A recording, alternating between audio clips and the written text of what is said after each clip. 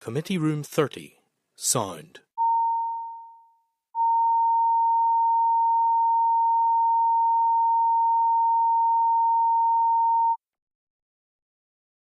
Committee Room 30. Sound.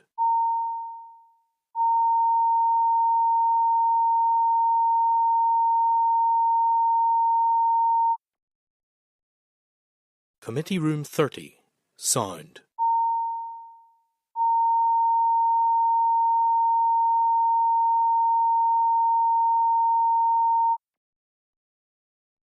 Committee Room 30. Sound.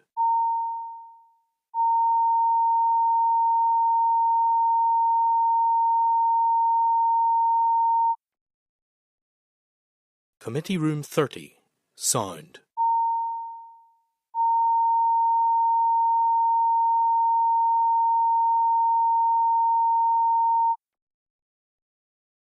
Committee Room 30. Sound.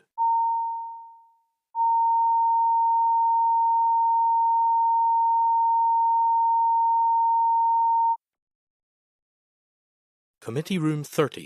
Sound.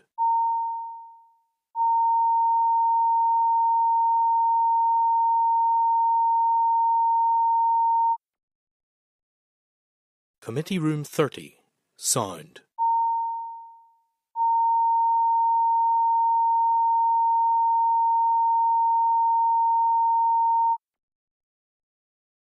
Committee Room 30. Sound.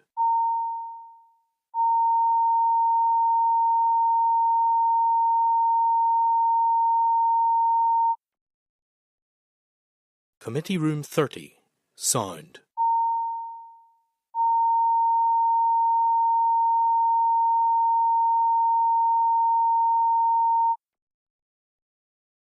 Committee Room 30. Sound.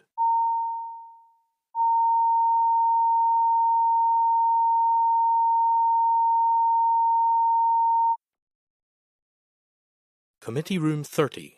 Sound.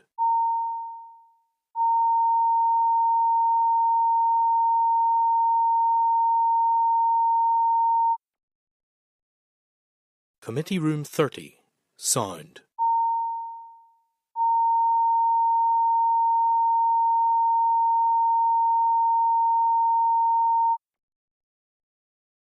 Committee Room 30. Sound.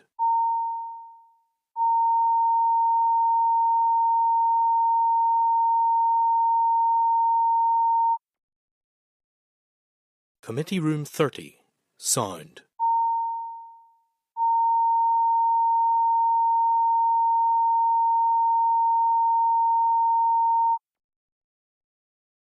Committee Room 30. Sound.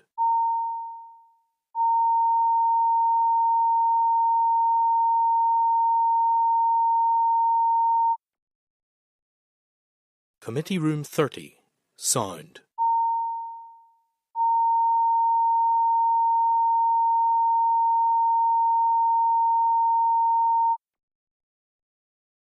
Committee Room 30.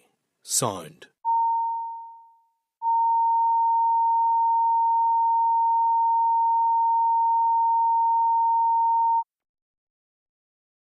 Committee Room 30. Sound.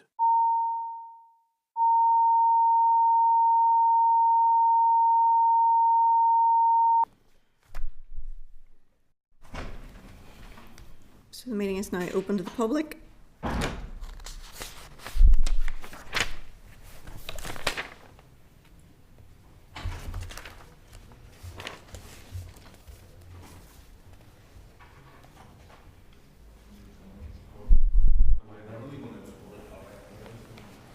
Members, the committee meeting is going to be recorded and broadcast throughout Parliament buildings and online. Those in the public gallery are welcome to use mobile devices as long as they're in airplane mode and all devices are muted. Obviously you can connect to the assembly Wi-Fi and the password details are available in the gallery rules. There's no members of the public really in, I don't think, but so I don't think we need to worry about anybody from the Commissioner's office filming or taking pictures. I think we're covered there. Members, just a reminder that we have Justin McNulty, Sinead Ennis and Morris Bradley joining us virtually. It's also proposed that the oral evidence session with the Commissioner Designate for Victims of Crime and the session with the Northern Ireland Human Rights Commission will be recorded by Hansard. Are members agreed? Right. Thank you. Also, as ever, members, we are obliged to declare any financial or other relevant interests that might reasonably be thought by others to influence our approach to matters under consideration. Anybody who's got an interest to declare in relation to today's business should do so now, or indeed when the particular matter arises in the meeting. Does anybody have any interest they wish to declare at this stage? Deirdre? An immediate family member works in the court service. And I have an immediate family member who works in the legal profession. Anybody else? No, thank you. Agenda item 3 is the draft minutes. These can be found at pages 9 to 19 of your meeting pack. There are 2 sets, but let's look first of all at the minutes of our meeting, which was held on the 14th of November. Are members content that those minutes are a true and accurate reflection of that meeting on the 14th? Yep. Great, thank you. Then I'll sign the minutes. Also, you will see that there's draft minutes of the concurrent meeting of the Committee for Justice and the Committee for Health that was held on the 7th of November, and those are at pages 20 to 24 of your meeting pack. Are members content that those minutes are a true and accurate reflection of that meeting? Great. Yep. Thank you. I'll sign those then too. Any matters arising? We have none. Does anybody else? Bring it up in the correspondence then. That's great, thank you. Yep. Okay.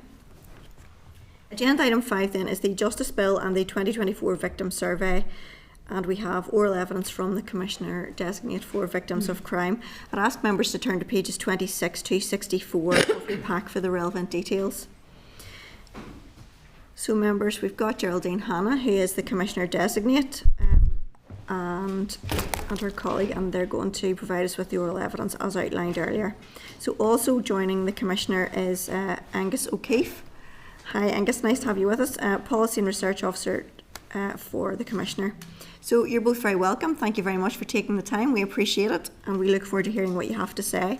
I would ask you to give us your general briefing, probably about 10 minutes or so, 10, 15, and then there'll be some questions. There's always probably more value in the questions, if so.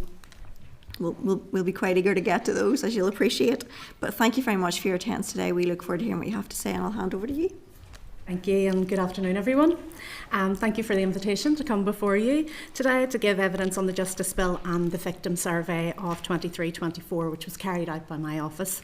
I am joined, as the Chair is introduced, by Angus, who's our Policy and Research Officer, and he's really here to provide some of the more specific answers you may need in relation to the Victim Survey. So I'll defer to him at times.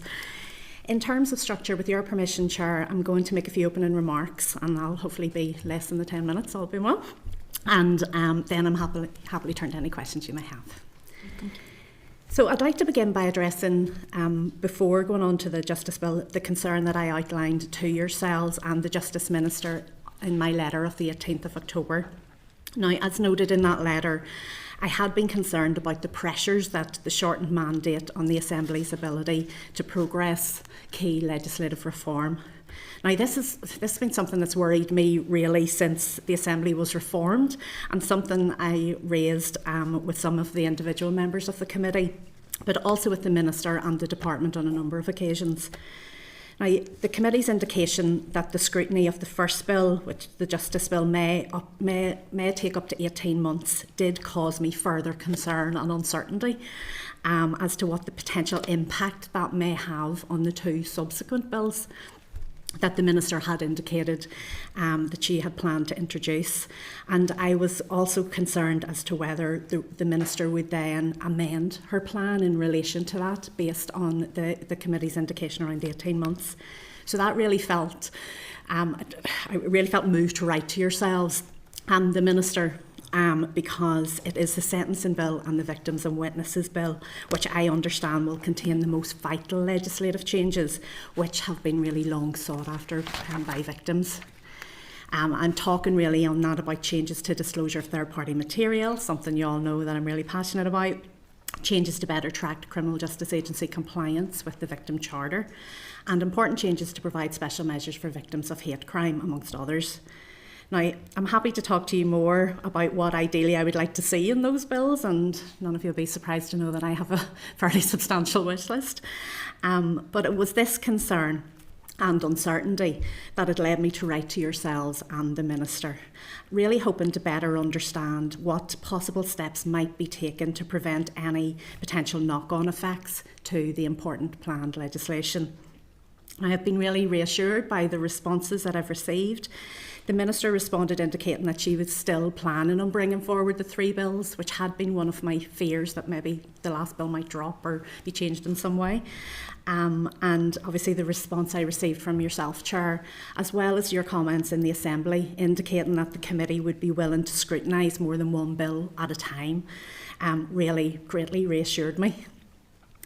On this issue though, what I want to be really clear to all of you today is I strongly believe that how the committee carries out its role is entirely a matter for the committee.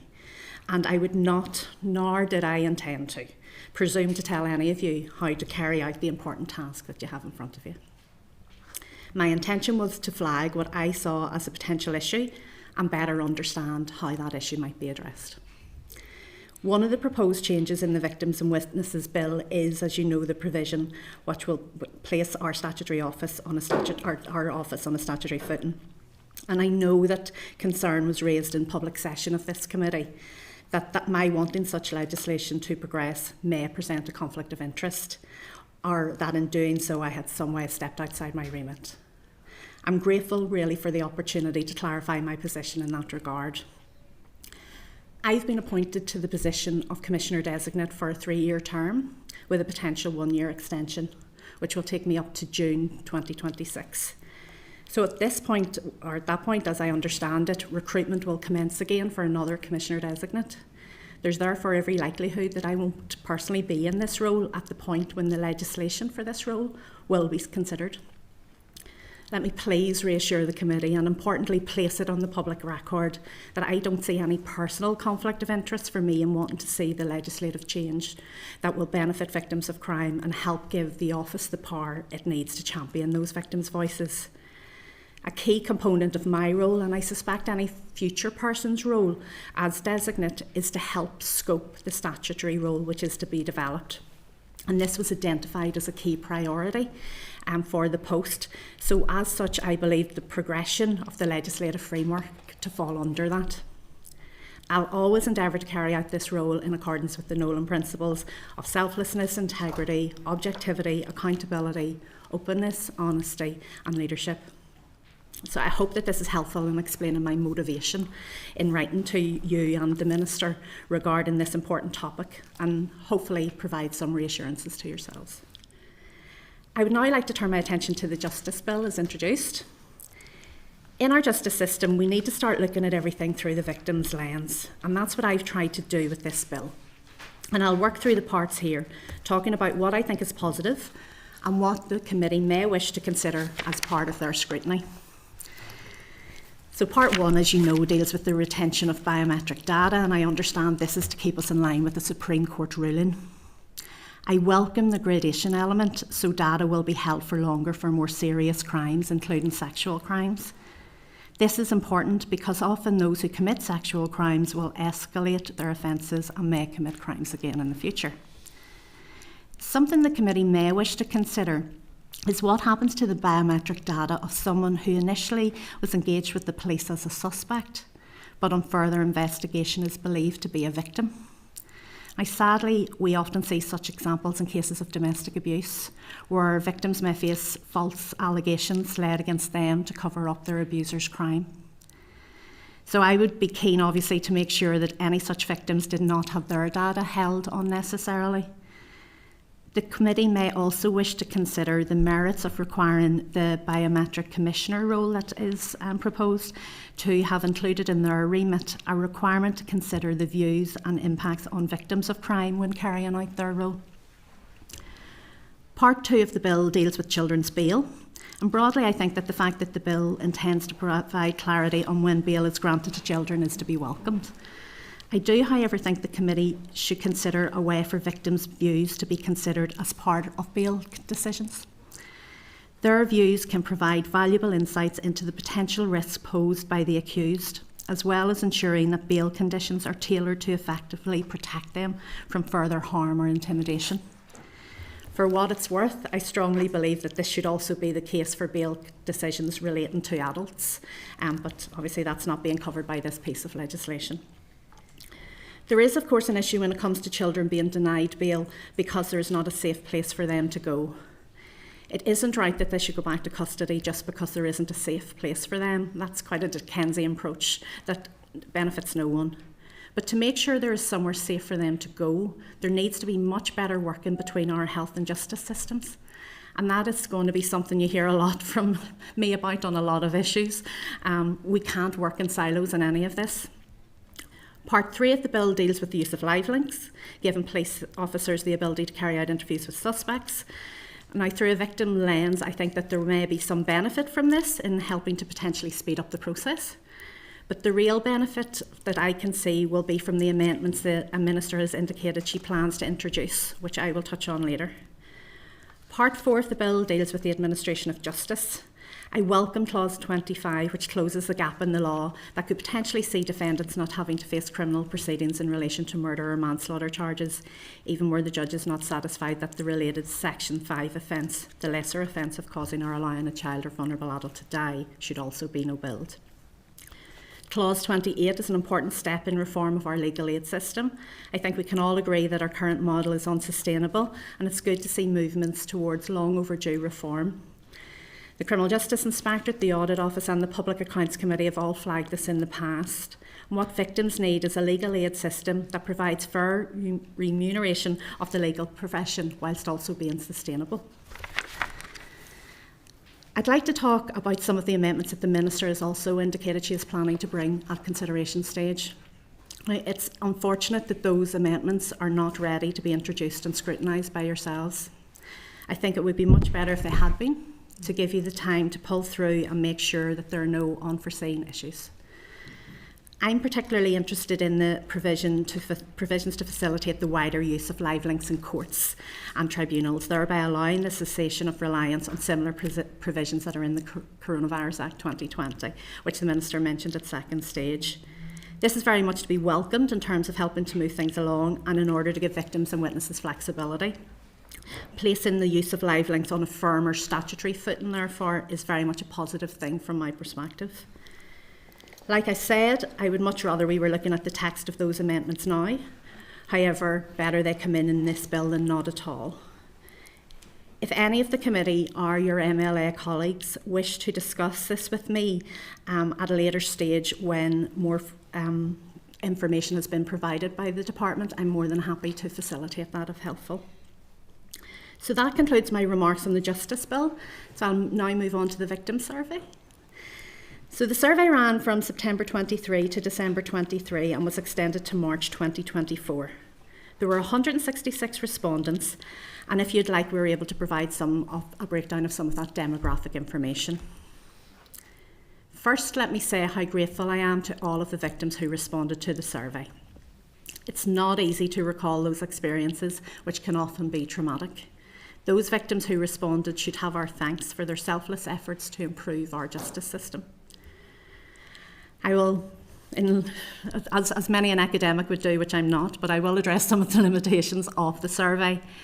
With 166 respondents, it wasn't a huge sample. Anyone who surveys victims of crime will tell you how challenging it can be to get people to come forward, and research tells us that that challenge can be further compounded if the person has experienced trauma. However, it is not an insignificant sample, and the feedback we received from those victims is very much reflective of what this office has heard from victims, from support organisations, and I suspect what you at times may hear from your constituents. And let me say this, we're capturing data that nobody else is. None of the other victim surveys are dealing with, for example, victims of sexual or domestic crime. There's a reason for that, of course, but it's important to know that this survey is giving us an insight, a quantitative insight, that we just didn't have before, and I think that we would be foolish to not use in informing public policy. With regards to the results, I think it's impossible to look at these as anything short of an SOS from victims. Sadly, the results are not surprising, and there's not a single part of our criminal justice system that comes across well. Saying that, there's not a single part of our criminal justice system that did not receive some positive feedback from victims as well.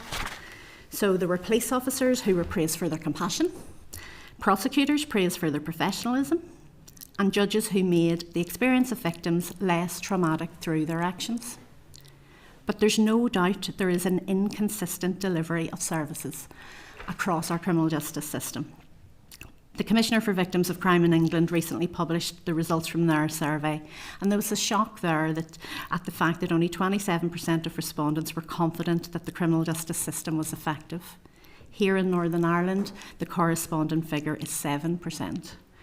In England, 38% were confident that the criminal justice system was fair. In Northern Ireland, that's only 8%. You'll be aware that the findings of the survey have been sent to key stakeholders in our justice system, including yourselves. My hope is that this will be the first in an annual survey that we can use to understand the issues facing victims of crime and inform policies and procedures to improve those victims' experiences. Thank you all for your time, and I'm happy to take any questions that you may have. Thank you very much, Geraldine. Appreciate it. I suppose just a couple of things, and then I'll outline for you how it's going to work and what we're going to raise with you. With regard to your offer around the content of other bills, I will say this to you: this is a very engaged committee, so we struggle to fit within our time on the subjects that we have to deal with at present. So if you don't mind, I think we'll hold that until near the time when we're looking at the other bills, if that's all right. I think there'll be time for those discussions, but it's not today, if that's okay with you. With regard to your letter, yes, thank you for your reassurances. We were surprised to receive that. I'm not thrilled. You'll appreciate that the department's view on the number of amendments it's choosing to bring at consideration stage is the department's view. The committee's view is different, on the basis that, from our perspective, we have half a bill. With 6 major policy proposals still to come. So that is where we are. But we want to make sure that we fulfil our role and responsibility as best we may, as quickly as we can. But we need, because we don't know the scale of what is to come, we need to afford ourselves some time. So it may well be that we report earlier, and if we can, we certainly will. It is not our intention to delay for delay's sake. That doesn't serve anybody's interests, and certainly not ours. It's not preferable for us to consider more than one bill at a time, but as we've indicated, we're more than prepared to do it. So we intend to move forward collaboratively. We intend to work as best we can, and also we too live by the Nolan principles. So you can understand from our point of view, we were somewhat taken aback, but I'm glad that you've been reassured. We are also reassured by your remarks today, and hopefully then we can let all of that drop and move on. So thank you for that. Now, with regard to questions today, the bulk of our questions are around the survey, but no doubt we'll touch upon the bill. Doug has got some issues with regard to the distinctions between the surveys conducted. Connie's is tied in because it's around domestic violence and violence against women and girls. Deirdre's got some questions specific to the bill around parameters and the statutory footing of your office. And you also want to address the letter, Deirdre, I'm aware. And Justin's got some questions around silo working. And then I've got a few bits and pieces on, I suppose, confidence in the police, confidence in the criminal justice system, restorative justice, and then a query around victims' personal statements. So that's what's going to come at you, if that's all right. We'll try and theme it as best we can. So we'll start off with, I want just to deal with the correspondence issue first. So I'll go to Deirdre on that one, and then we'll move to Doug on his issues around the survey. Deirdre. Oh yeah, no, thanks very much, and thanks for the response. I suppose just wanted to ask, were you asked or encouraged to write your correspondence to the committee? No. By anyone else? No. Okay. It really, and just to restate this again, my fear whenever I heard in the public session that the scrutiny may take 18 months was, what does that mean for the third bill? And will the second bill now change in light of that? So it was really, my intention was to try and understand what impact there would be and could we mitigate against it. So, no. And I know you touched in your introduction, Geraldine, just I suppose the concern as well around the full bill is not with us. So did you communicate that with the Minister when you were corresponding? I sent the same letter to the Minister as I sent to yourselves. Sent to the committee? Yeah. Okay, no bother. Yeah, so that didn't then indicate either that you would have preferred your part of legislation to be brought in a first justice bill then? So that hasn't been communicated with the Minister? I did communicate that to the department when there was the very first indication of the three bills. Now, at that stage, I think the third bill was potentially going to be a hate crime victims bill. So that was at that stage I had indicated my concern with the department, and I think I spoke to some members of the committee as well about wanting the statutory provision in the first bill, but I know that the committee then asked the Justice Minister on that issue as well, and it's in the third bill. I know you touched on, in terms of the bill then, so obviously the bill, one of the key strands of worker priorities for it is to improve services for victims and survivors. Do you believe the current bill, I suppose with the provisions that you have now at the moment, serves that aim of the overall policy aim? Or do you believe there's any gaps or omissions that we need to look at within the current bill? Within the current justice bill? Yeah. I suppose the key issues for me with regards to what we can really do, improvements for victims and witnesses, are really linked to the second and third bill. I think when we look at the justice bill, and as in any bill, we make an assertion for victims that we want to put them more at the centre of our system. So I think when we look at any legislation or policy or practice, we should try to honour that. That's where, I suppose, the one bit which I mentioned in my opening remarks, I do wonder about the granting of bail. Now, obviously, this is specifically focused on child bail, but I'd say the same issue with adults as well. That I would really like to see victims' voices and views considered by police when looking at bail. Not only does it give victims sort of sense of reassurance of their importance in the system, but I think they have valuable information at times that would help inform potential bail conditions. So that's around public protection. And it's probably more likely to impact on the adults being granted bail, but children as well, and I think there should be that read across. So for me, I would really like to see that victims piece in there where we can. Sorry, do you want me to cover all mine or just the area? Because I'm conscious of. No, I'm going to come. Yeah, I'll come. You're going to get okay. Yes, I'll come back to you, Deirdre, on that one. Doug, I'm going to take you now on your issue. Thank you, Geraldine. Thank you. I mean, I get an awful. Every time you speak, we get an awful lot of information from you. And certainly the last time I met you, it was really interesting.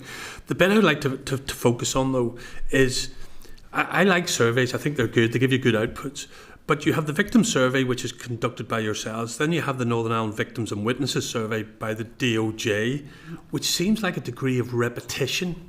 And I know you said that you offer something that others don't. And I've already had words with the Minister in regards to their survey, that they don't deal with domestic violence and sexual crimes, which I find staggering.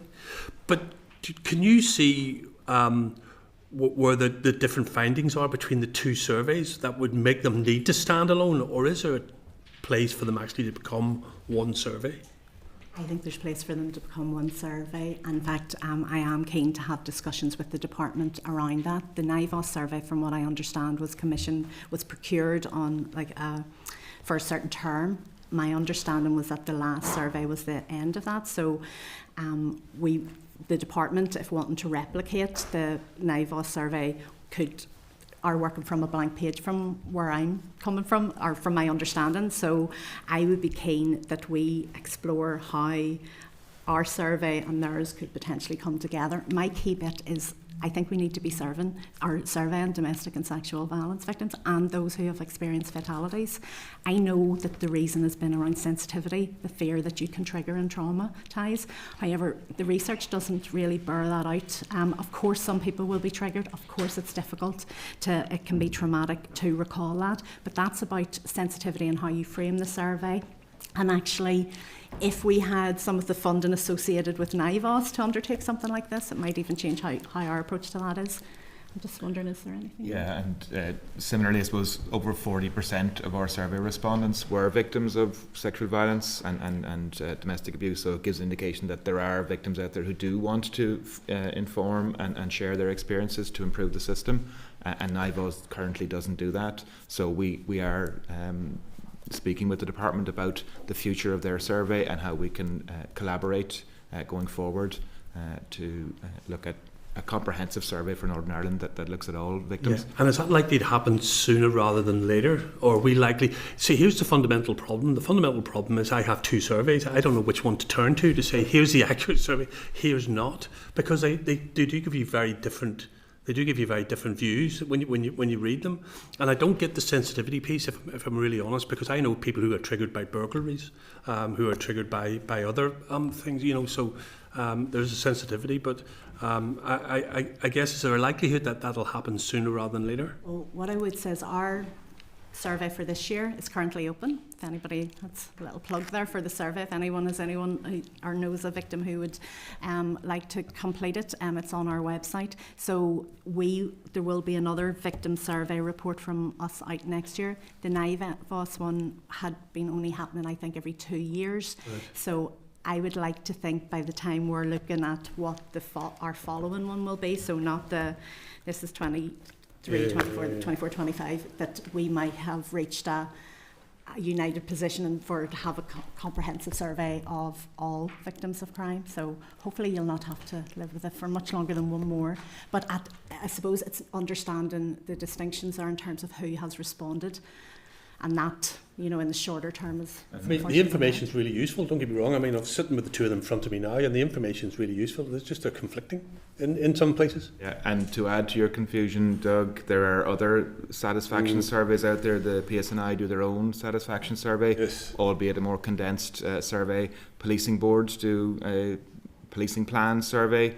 But we think that there is value in having all of this data. Ours is the most comprehensive in terms of covering all victims of crime. The others don't, and there is a need for collaboration in ensuring that we have useful data that covers all victims going forward. There's a cost of repetition as well, and an output to that repetition isn't always what we need to have. So, I mean, it's a useful one maybe for the Minister to look at. No, thank you, Joe. I'm going to bring Connie in on a similar theme, if that's okay. Thanks, Chair, and thank you, Geraldine and Angus, for coming in today. I really appreciate it. I wanted to talk a bit about domestic and sexual violence. And I think you'd noted that this survey is the only one that captures that, and I think that is really important. But I do welcome what you said to Doug there about how you're going towards one comprehensive survey. And I think I just wanted to ask around victims' experiences that maybe aren't captured. So there was research commissioned by Refuge, which said it takes 7 attempts before a woman will leave a domestic violence relationship, and then only 18.9% of women who have experienced partner abuse will report it to the police. So do you think that's something that you could capture in further surveys, or do you have any experience of that through comments you maybe received as well while conducting this one? In terms of conducting this one, I don't think very much of that came up in the free text response about leave, or on how many, at what point they were calling. Certainly whenever I engage with victims, they will often say about, you know, the length of time they'd been in a relationship before they picked up the phone. So that is a challenge. With regards to the future survey, one of the things that's helpful about our survey as well is it includes victims who don't report crime to the police. So not every respondent there will have went through our criminal justice system, which is why you see the volume of responses to certain questions drop whenever it gets to a certain point. Now, again, the majority of them have, from, if I recall correctly, but it's open to victims who haven't reported, and I think certainly a more comprehensive and probably better resource survey would be able to target more victims of unreported crime as well. But it may be, Connie, that might need a more qualitative type of approach to try and understand what were the barriers to reporting, particularly if someone has never got as far as ever reporting, and obviously there's a trust issue there as well, and that's the really hard to reach group. Yeah, I think that kind of is actually quite helpful, because it brings me on to the next thing I did want to ask was around capturing people who ultimately pull out of the system and reporting, whether that's engagement with the PPS or the PSNI, and I know that happens quite a lot with domestic and sexual abuse, whether the victim's traumatised and they don't want to go through that process, or it can happen in any crime for various reasons, and around how you capture that and how that's reflected maybe in this survey or future ones. Yeah, and I mean, as Jerry referenced, the dropout rate. So after the initial opening questions, we moved on to specific questions on each of the criminal justice agencies, and the response rates dropped significantly after the police. So all of our respondents had reported their crime to the police, or it had been reported. So 166 was the overall response rate. That dropped by the time you're down to the questions on the court experience or the trial, it was down to 34 responses. So that's how many of those responding likely their case went as far as court. So that's less than a quarter really of respondents. And you touch on one of my big 3Ds, which no doubt you've heard me talk about, is data. And we do at the police stage ask people, or we record at the police stage that investigations don't proceed because the victim no longer supports a prosecution. What I'm asking the police and the PPS to include in their data around that is the reasons why. So we don't just tick a box to say it's dropped because of this, that we actually have more detailed reasons as to, well, why did they withdraw? Is it issues around delay? Is it intimidation? So I think that there's improvements that we can make to systems across the board, which don't necessarily need to be picked up through an annual survey, that could be just picked up as part of our regular engagement with victims at such points where they're choosing to withdraw. Yeah. No, thank you. Clearly something we need to address if there's that level of dropout, but thank you, Chair. Thank you, Connie. Justin, you have some stuff around silo working?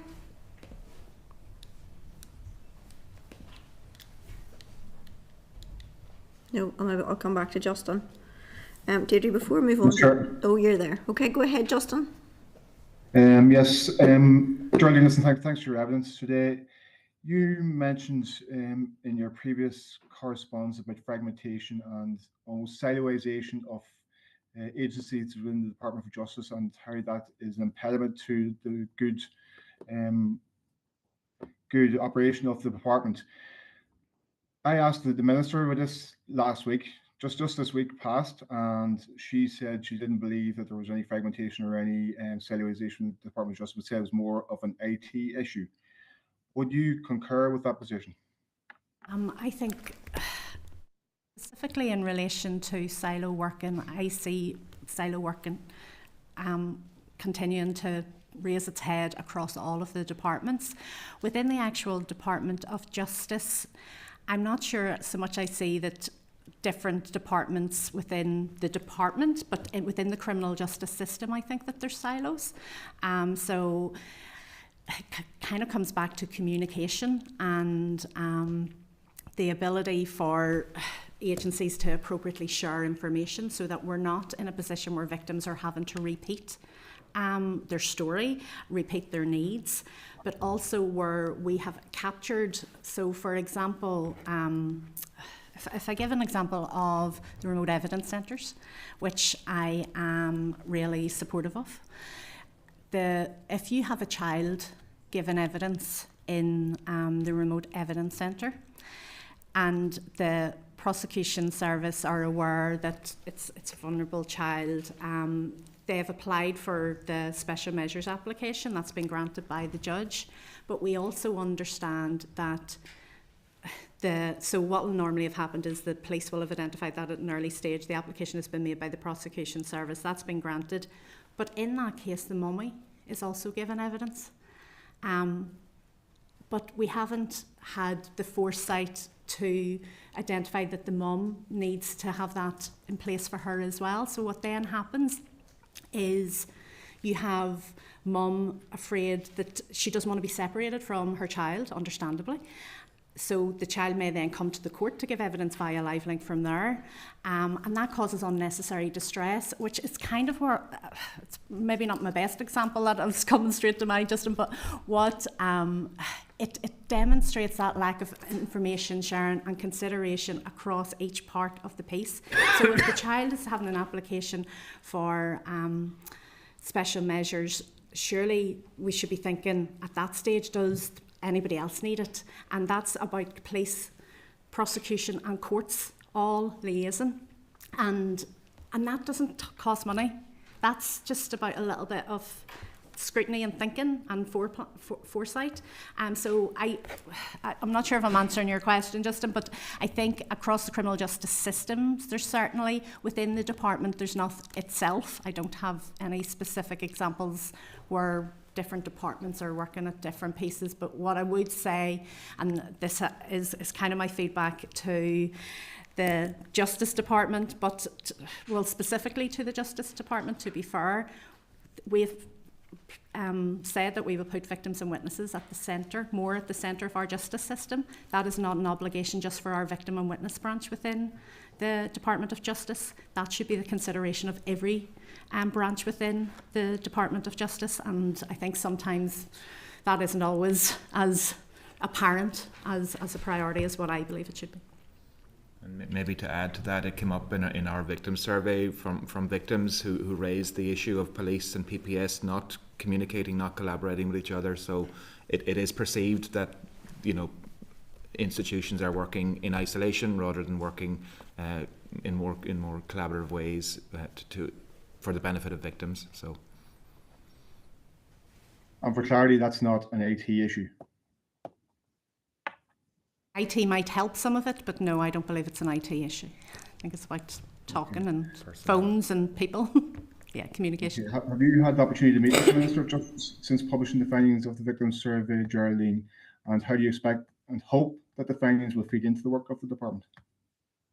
From memory, the Minister's written back on the victims survey. We haven't actually met in relation specifically to this survey since. We've been at some events together, so I haven't had a discussion particularly around the findings of the survey. The response was that they found it interesting and would use it to help inform their thinking.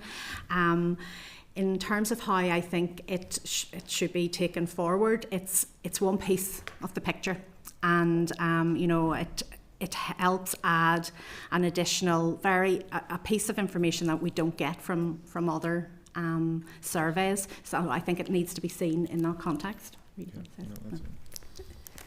Geraldine, you're a fearless, fierce advocate for victims. You speak truth to power. I congratulate you on that, and you and your team. This Message in the Bottle campaign, which was hugely impactful. I'm going to read the message in the bottle I received, which from one of the victims of crime, where the gentleman said, "Speaking out has made me a victim of not being believed and having to fight a system that does not assist sexual abuse victims." That's a startling message from a victim of crime. Geraldine, keep going, wish you well, and I find it bizarre almost that the legislation around the position that you fulfill will not be in place until after your contract ends. It's a bit of a bizarre situation, and I hope that when the time comes and you reapply, that you will be considered for the position again. Geraldine, thanks a million. Thanks, Justin. I've got a couple of questions on the survey, but Deirdre has one first. Yeah, no, it was just around the two of the stats that kind of come out to me in terms of 63%, so 2/3 of respondents felt that their cases weren't thoroughly investigated by the PSNI. And have you identified themes or patterns or areas in which they feel it hasn't been investigated? And the other one was just around 77% not feeling that they haven't been given enough support through the court process. I recently had a call from a girl that was relating to a sexual offence in a court, and all of a sudden the defendant left the building. They weren't told anything in terms of what happened. It turned out the case was suspended, but again, they weren't told and they were left in a panic. So I'm just wondering, is this an emerging theme that's there? And from the data that you collect, because I know you have pressed on data and how useful data can be that we are collecting, in your view, is that being used in the right way to improve service delivery? And what more can be done to ensure that that happens? I know you've touched on some of it in terms of collaboration and maybe a cultural shift to work more collaboratively across the whole justice family, but are there other things that could be done and should be done? Sorry, that was probably 4 questions. Yeah, I'll try to answer them in the order, I think, but tell me if I haven't.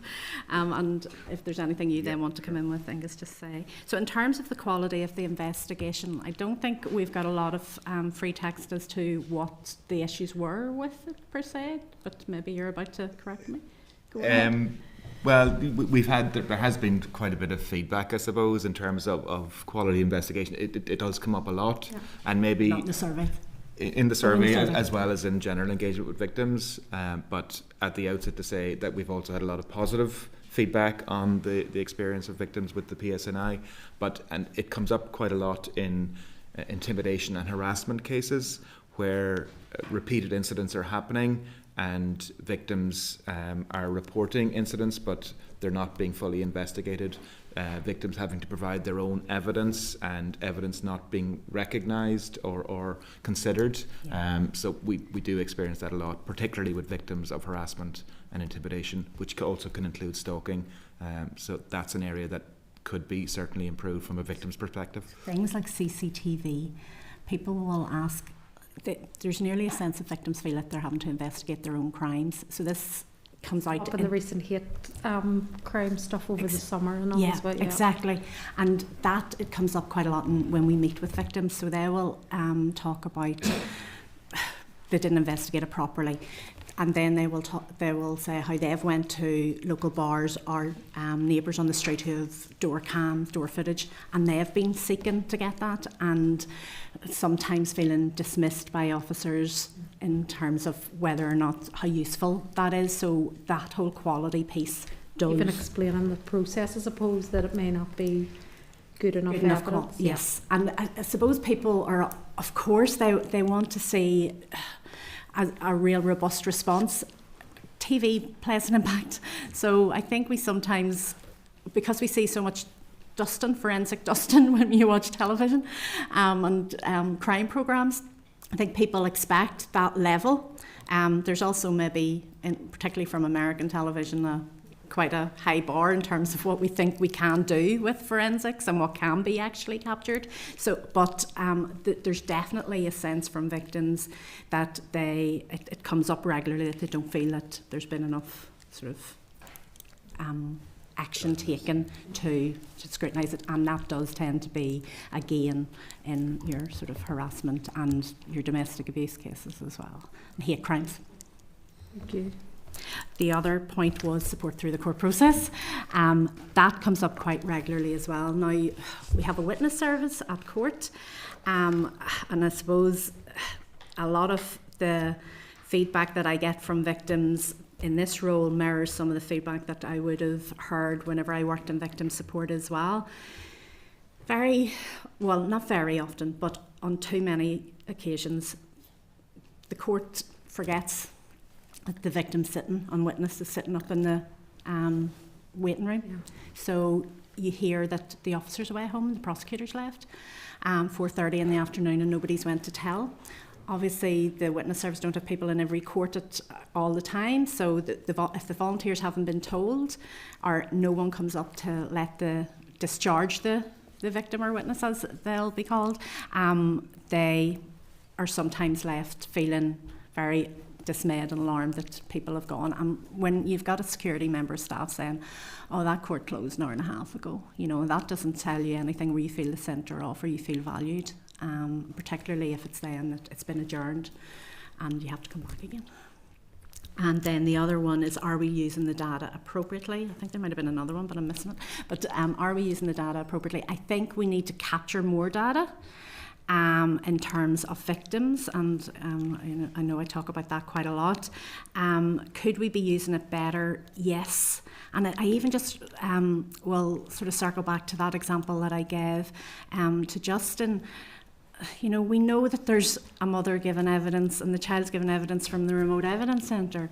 You know, does that not give us, that piece of information should be used to take action from it? Sometimes I think we ask things because a system requires us to ask it, but don't then apply the critical thinking as to the decision that it should then inform. And that can sometimes happen with risk assessments as well. So we'll do the risk assessment, but do we actually truly understand what that's telling us about the risk and what action we therefore need to take on the back of it? So it's not quite as specific as quantitative data, but some of that's qualitative data that should influence better decision making and planning. Does that make sense? No, that's useful. Thanks. Was there very much. another question? Did I miss? No, I think that was it. Yeah. You've got something? That's just a key on that. In reading the report, it's excellent, and the more evidence-based and data that you have, you get a kind of picture of what's happening. But it's more that proactive stuff, like the witnesses that have completed that survey or the experts have walked the walks right through that process. So I would love to hear, and maybe I've missed it, what's their recommendations as individuals? What could improve the service? Because we're all in it together. I'm sure everyone at all levels want to see improvements.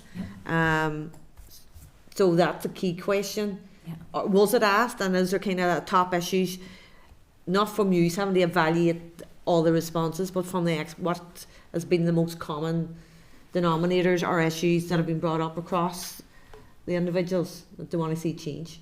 I'm kind of going to refer back to the victim charter, which kind of underpins the rights of victims, and that's where a lot of the gaps are in terms of the responses we received to the survey.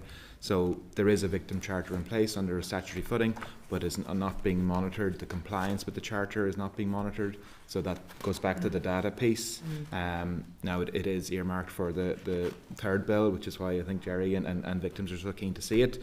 And there is ongoing work with the department to try and improve the data that is being collected around victims and victims' experiences and justice journey. So I think that is the key, ensuring that the rights of victims are being delivered and that there is a way of monitoring where the failings are, where people are not having their rights met, and addressing and improving the system from that perspective. You don't actually ask the specific questions yourselves in your own survey either. I know that's a charter, and you'd like all the organisations to adhere to it and actually monitor and track progress and satisfaction against them. That's fine, and that's going to take a while and resources. But in this survey, where there was an opportunity to ask the victims if you were to change anything or improve anything for you and your experience, what's your top 3 things or something that would be useful? What we did ask here was in relation to each section of it. So we asked about police, we asked about prosecution, we asked about courts, and we asked people to rank kind of a range of issues in terms of like their top 10, top 11. How would you frame this? So when it came to, based on your experience of reporting to a crime to the police, what's the most important thing to you? Having the matter dealt with efficiently, having the crime fully investigated, being treated fairly and with respect by the police. Prosecution, you're into, again, similar, I think, sort of responses as well. Being believed, having the matter dealt with efficiently, defendant being prosecuted, being treated fairly and with respect. It's the themes that you hear coming out through this survey are around that investigative response, the effectiveness of that, the dignity and respect. And that piece isn't money. That is engagement, personnel. And I suppose what I would say is there are so many people across this justice system who are doing a really great job in really pressured circumstances. So in no way does this, should this be seen as a slight against everybody. But the fact that some people are doing it well shows that it's possible. So it's possible within our current system that it can happen, but it's not consistent. And I think that's the key. Is there anything else? No, and that came across in the free text as well, that, certain officers were brilliant and, different parts of the system are doing well at times, but not consistently. And that's the ultimate kind of measure, is consistent delivery of a quality of service that gives victims their dignity and their you know, quality of service. Yeah. And that's the challenge then, because if you've got a great officer and then you're let down by the prosecutor, their experience of the system, it's negative. So everybody's relying on everybody doing the bit. And so go back to Justin's point about silo working, that's where all the agencies need to be working very tightly together. I suppose it's a disappointment, such a low level of awareness of the Charter Yeah. and what can be done to raise awareness. So everybody's responsibility to hold people to account as well and to check, to try to improve. But if you're not even aware of what you should expect throughout the justice system, it's hard then on reflection to go, well, I shouldn't have felt like that or treated like that or whatever. But Exactly. no, that's grand. Thank you. I think it was 70% hadn't heard of the Charter. That's very reflective of what the Criminal Justice Inspectorate found whenever they did their survey in 2020. Now, since in February, since we've done this survey, we did partner with the department to do a campaign around the Victim Charter. We hope it's reached out to people. That's one of the reasons why I want to do a survey like this annually, to see, are we making a dent in that at all? Because you'd like to think that the more we keep shouting about it, the more people will understand that it's And there. while there is public awareness, but victims are supposed to be informed about the Charter at their first engagement with the criminal justice system, whether that's police or whoever else. So there's an onus and responsibility there as well. Thank you. I just have a couple of questions and then we'll move on to the bill, if that's all right. Can I check with you, please, just again with regard to this business of 63% of crime not properly investigated by the PSNI, and actually the various stats that aren't great for the system in general, have your figures been shared with the police, the policing board, the PPS, the Lead Chief Justice, etc.? Yes. So news all got the letter in the bottle. The agency leads got the letter in the bottle too. The message in the bottle went to them along with the survey. I have a meeting scheduled with SEC Ryan Henderson, and particularly in response to this, to talk about the survey findings. And the policing board, I think, are aware of it as well. I'm nearly sure we sent it to them too. Yeah. So we have shared it with all of the key criminal justice stakeholders. Thank you. Just in light of that, I don't know whether it's the board's survey or the police's own survey, the confidence levels in the PSNI have always been high, by and large in the 80s. To be honest, I've ever been sceptical of that and have raised concerns around that because I just have never believed that it's true. And I appreciate the distinction here is that this is people who are victims of crime, whereas the other one is a general populace survey. But what do you make of that? I mean, there's a very clear distinction between your findings from victims and what people's perceptions are. I mean, are the right questions being asked? I think it's probably the purpose of the two different surveys. So I think the survey, if I'm thinking of the right one, Chair, is the policing plan or the policing board survey, which, as you refer to, is of the general population. 9% of those respondents were victims of crime, and they didn't include victims of domestic and sexual violence. I'm not surprised with the distinction in our survey, because I think that particularly when it comes to to sexual violence, we know the stats show us these cases take the longest to get through our system. And you will no doubt have heard the word delay at so many of your meetings and the efforts to tackle delay. But the longer a victim stays in our system, the more likely we're going to have let them down. The more likely we are going to have not get them updated. More unnecessary adjournments, not communicated with. So in a way, because we have the more serious type crimes responding to this survey, I think it's indicative that their experience probably is going to be more harrowing, really, in terms of the experience of the criminal justice system.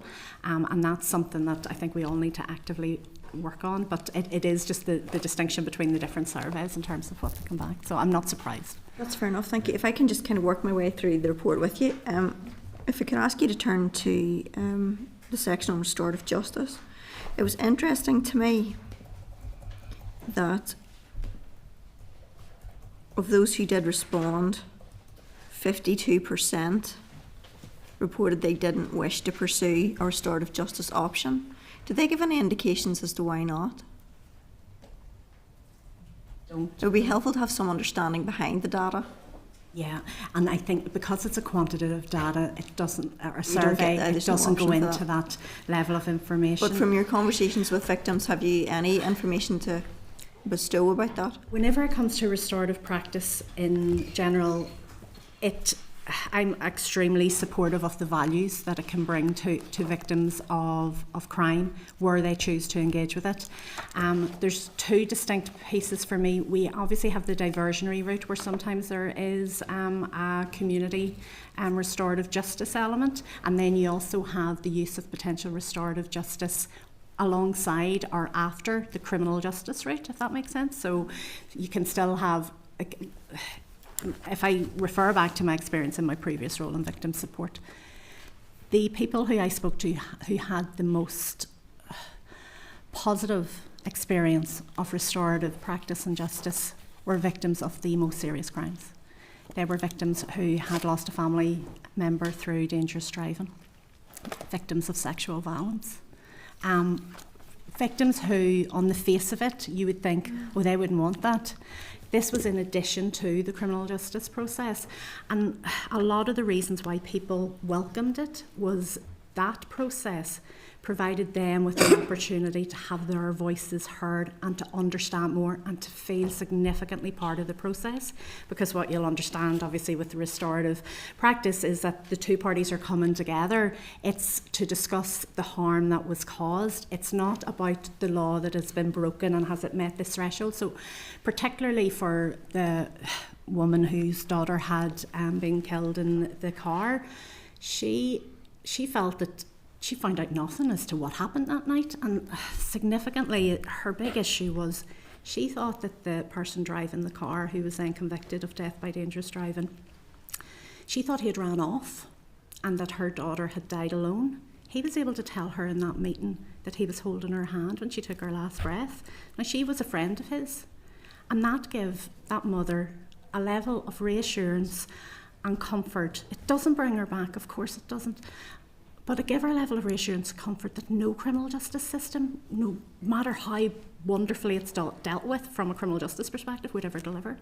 So there's so much value in restorative justice. What my criticism has been of the department to date in relation to it is we've done a lot of, we're hailed worldwide for our work in youth restorative justice. We've done a lot of amazing work in community-based restorative justice, particularly coming out of the conflict. But when it comes to restorative practice around adults and alongside our criminal justice process, it's too much driven from the offender lens. So in order for things to happen, it's the probation worker or the prison officer working with the person who's caused the harm has identified this, and then they try to approach the victim.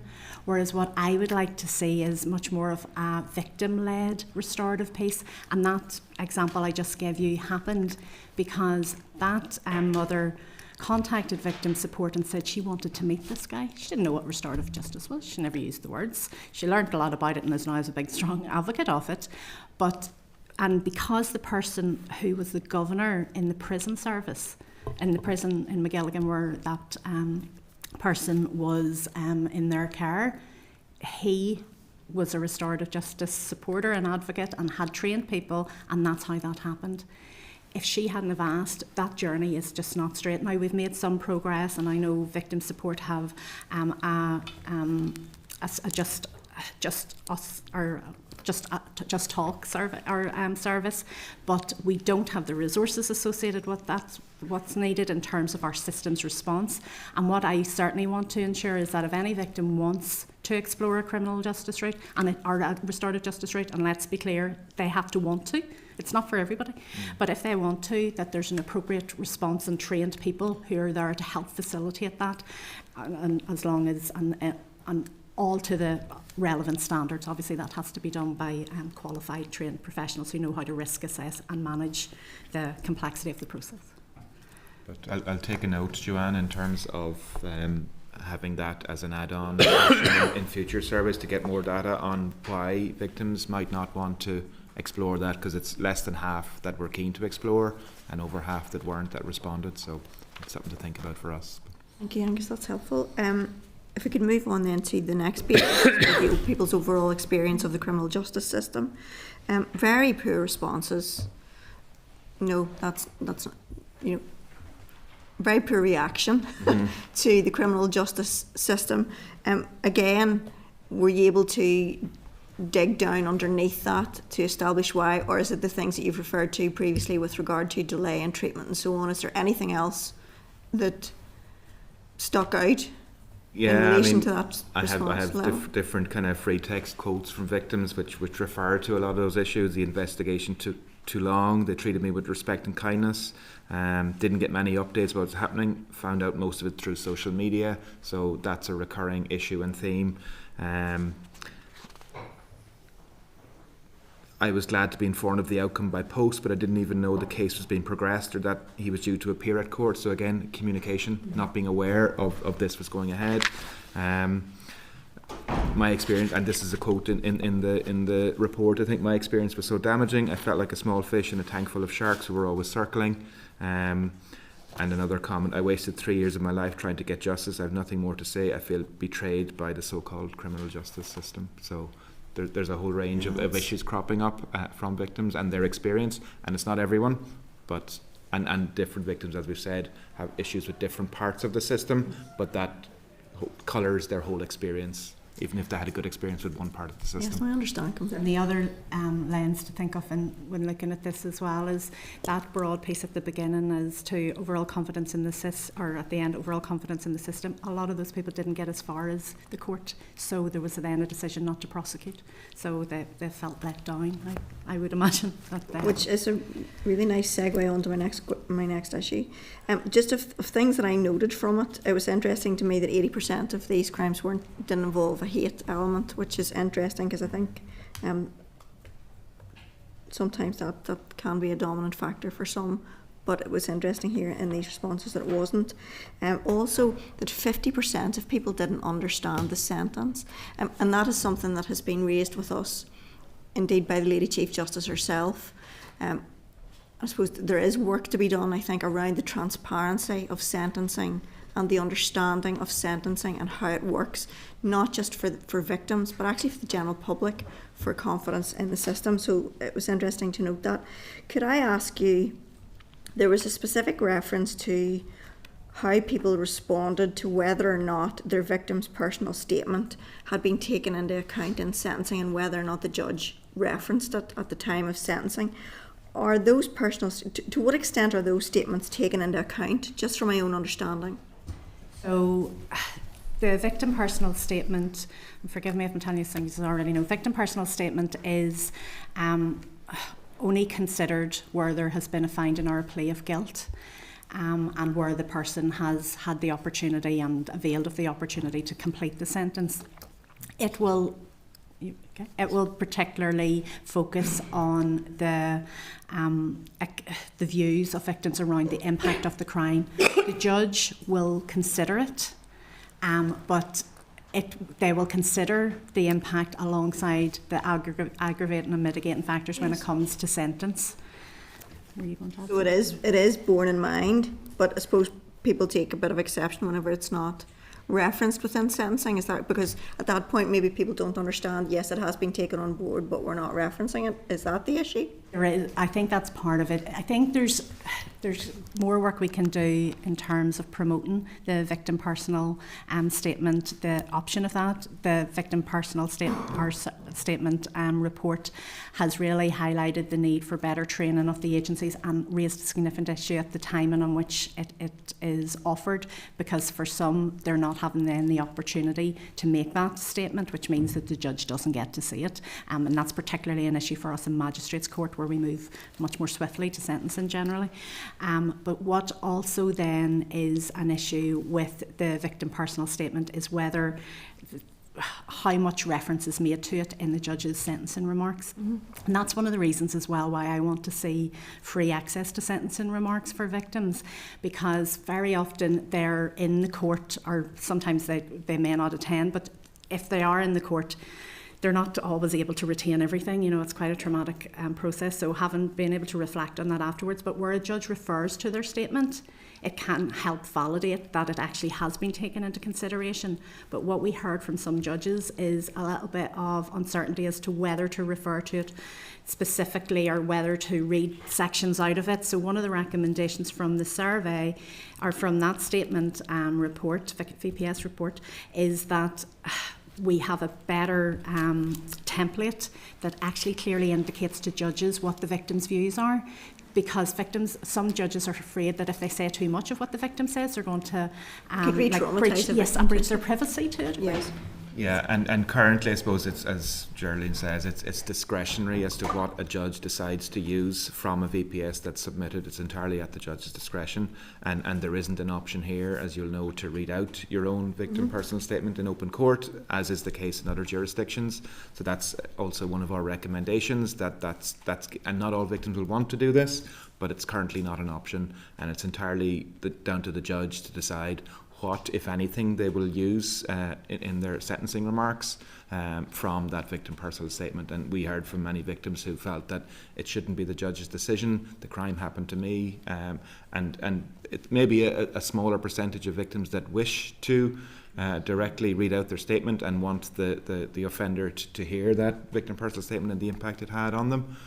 So there's a number of recommendations in that report. So you'll not be surprised to know that I would like the sentencing bill to include the availability or the option for people to be able to read aloud their statement in court if they choose to do so. One of those things on that list. It was in the States, wasn't it? In some of the States, I know. Yeah, it happens in England. In Wales and down Wales south as well. I want to ask you a question that's kind of a crossover between the survey and the bill. And it's around false allegations. So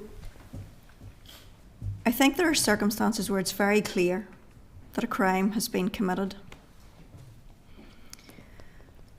You know, if you've had your window broken or your car stolen, you know, that's a very clear circumstance where a crime has been committed. But for some of the more serious crimes, it's not always clear. And it's a very difficult situation. And I want to kind of preface the question I'm asking by saying, for some of these crimes, I think it's the worst thing that could happen to you. It's also the worst thing that could happen to you if you've been falsely accused. So, with regard to what you consider to be a victim, Geraldine, how do you strike the balance? Because at what point are they a victim? At what point are they a complainant? And then moving on, in circumstances where a person who has been accused of a crime, and in the bill I'm going to ask a different question, but I want to kind of expand my knowledge first of all about your thought process. At the point at which somebody is deemed not guilty, or an accusation is not proven, or an allegation is proven to be false, at that point, is the person who was suspected or charged considered to be a victim? I'll try and talk that through. Yes, no, I'm really conscious these are very sensitive areas for people, and on each side of that coin, lives can be destroyed.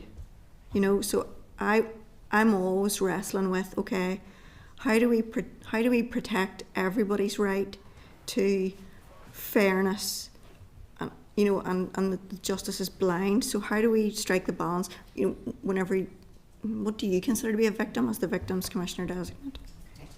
So I take my definition of victim from the Victim Charter, which is enshrined in law in the Justice Act. So that's anyone who has experienced a crime, regardless of whether or not it's even reported to the police. Mm-hmm. Now, what I would say is that I appreciate the sensitivities here, and if someone is falsely accused, that can have traumatic impact on someone's life. But I think that we do have the balance right in terms of how we approach it. And I'll say a little bit more about what my thinking is, and then that might trigger another question.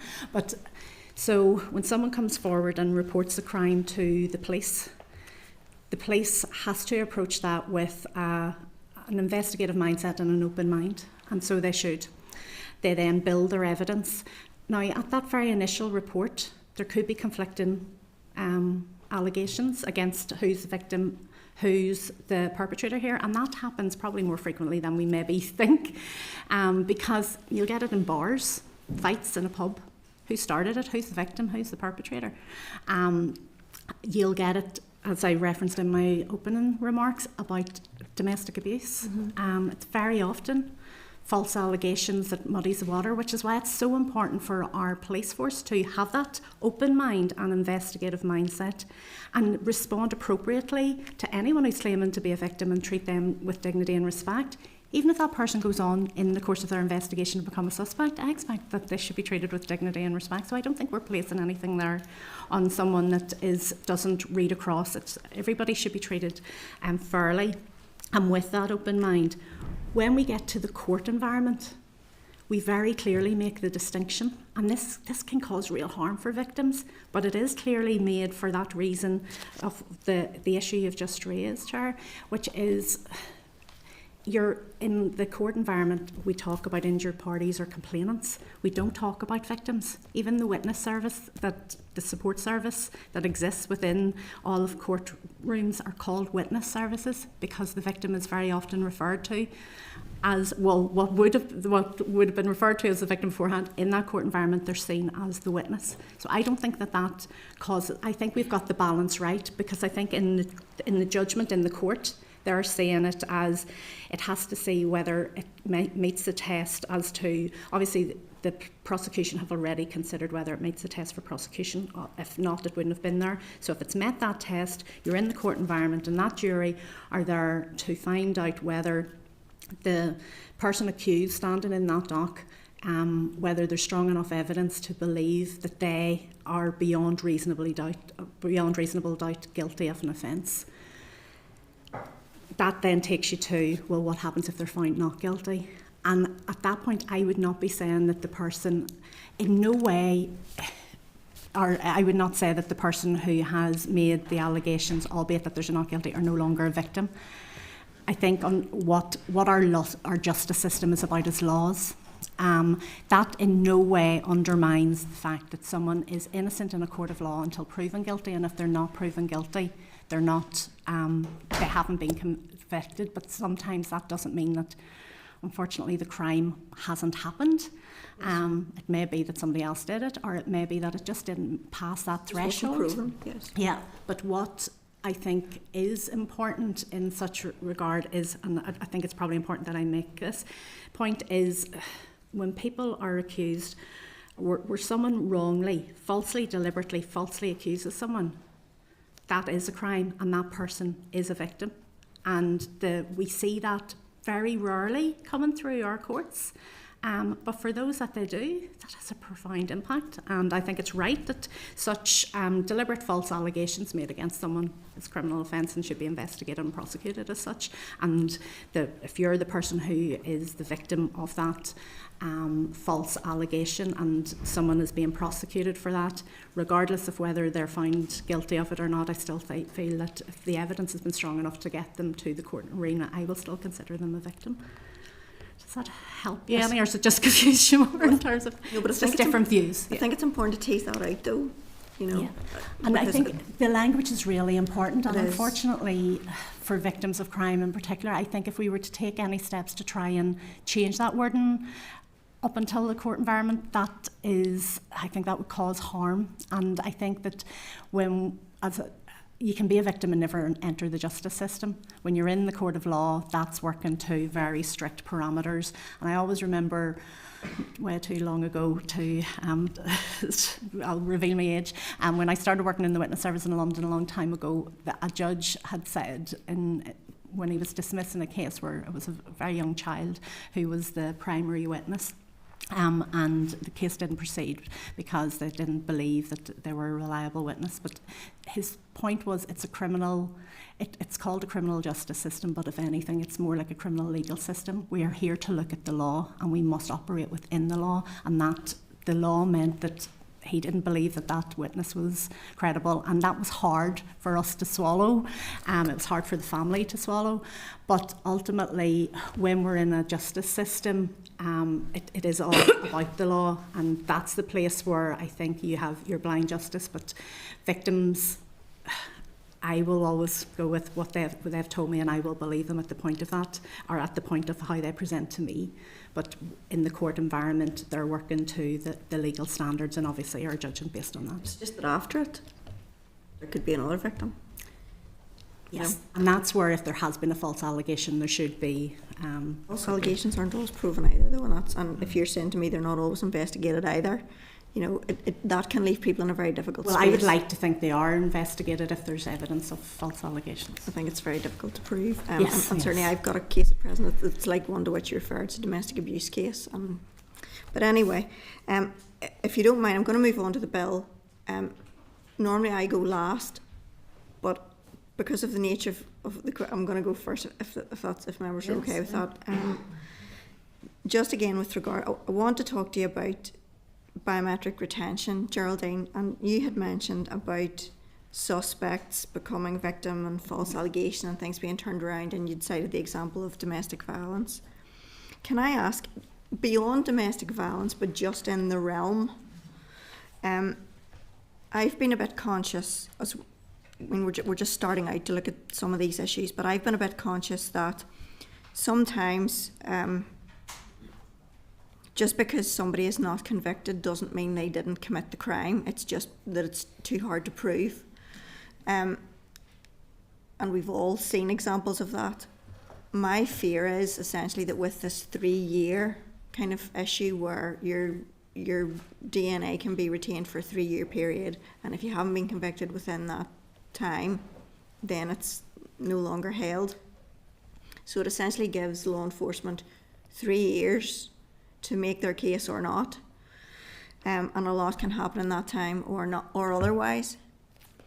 From a victim's point of view, have they expressed concern that that window may not be sufficient to allow the threshold to be met and the case to be proven? I mean, do they have any concerns around that 3-year time frame? Because, you know, this issue has never come across my desk in this role or in my previous role, but I think that's because from victims' perspective, this is such a operational behind the scenes detail that it would never come to in their case that we don't hold that information anymore. So it's not something that anyone has spoken to me specifically about. From my perspective, I think that what we need to ensure, what we don't want to do, is shut down a potential prosecution. Yep. And that's the balance. And I know that there is very there are issues here around civil liberties, but for me there's also issues around being able to effectively prosecute offending, and it's about getting that right. Me too, and it's one of the things that's been playing around in my head, because we've all seen circumstances where, you know, to cite the well exercised phrase, the dogs in the street know. Yeah. And everybody can know, but proving it is another ball game. And I suppose to lose the DNA after 3 years, when actually, you know, another couple might make a difference. I don't know. It's something that I'm kind of wrestling with about the time frames around that just now. And I wondered if you had a view, but that's fair enough. And I suppose I would probably really look to what police officers are saying in terms of, you know, do they think that this is going to, because I suspect that they will be able to say how many cases that maybe wouldn't have been. No, and it's certainly something that we'll raise with them, but I just wondered from a victim's perspective, had they expressed any concern around that particular time frame. But if they haven't, that's fair enough, and it may come to you in due course, and if it does, I would appreciate to hear back. Definitely. Thank you. Deirdre, I know you had a question around the bill. Yeah, it's just, thanks very much. I suppose it's on the biometric. Obviously, the retention periods are being reviewed because of European court judgments. Yes. So that's why the Minister's moving, which is good. Mm-hmm. But in your view, do you believe the new proposed periods is compatible with the European Convention in terms of Article 8 rights and stuff? or would you have other views, and particularly retention for young people's data? Is what I would be concerned about, and I know the Children's Commissioner has raised this, so it was just to get your view on that one.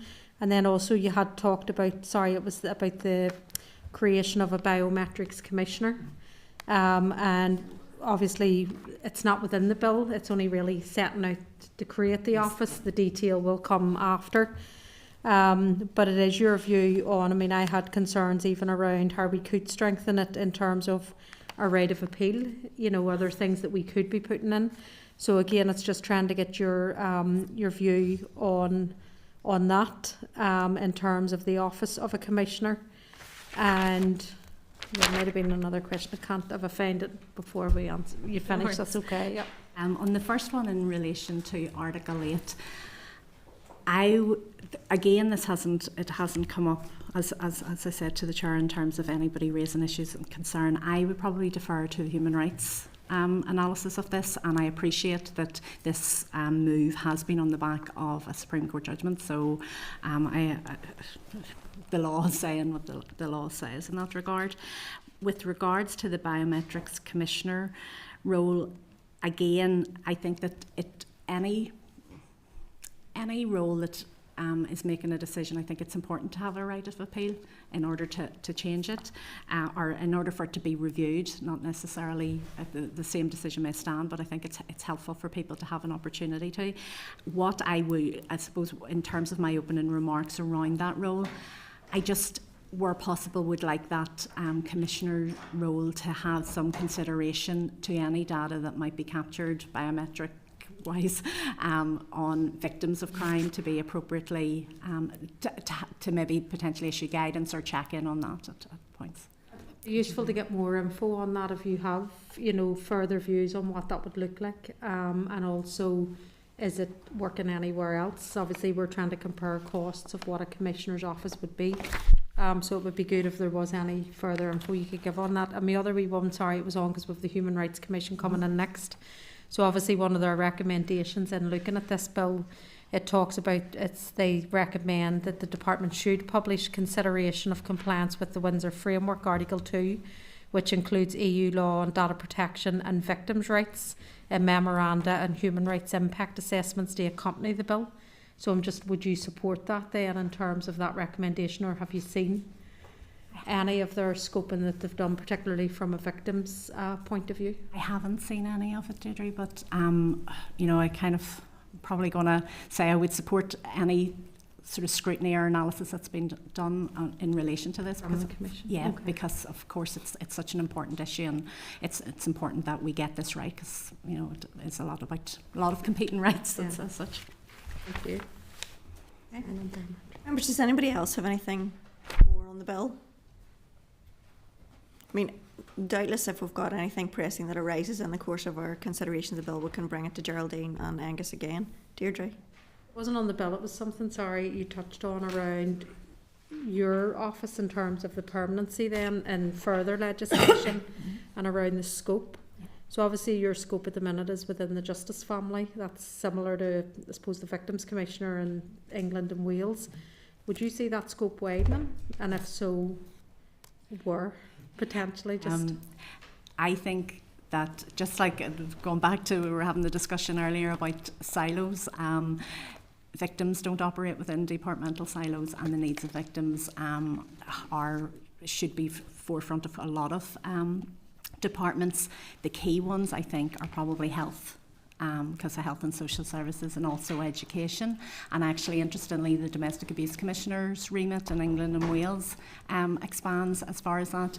I do think that this role should have a remit when it's on in the statute books to go beyond criminal justice to civil justice, and to go beyond justice full stop to all the other agencies, particularly when we look at things like RSE in schools, Operation Encompass, when we look at the mental health needs of victims and how much that plays in. And I know that you've had the joint committee with Health and Justice. You know, it's not lost in this committee how important that interface is.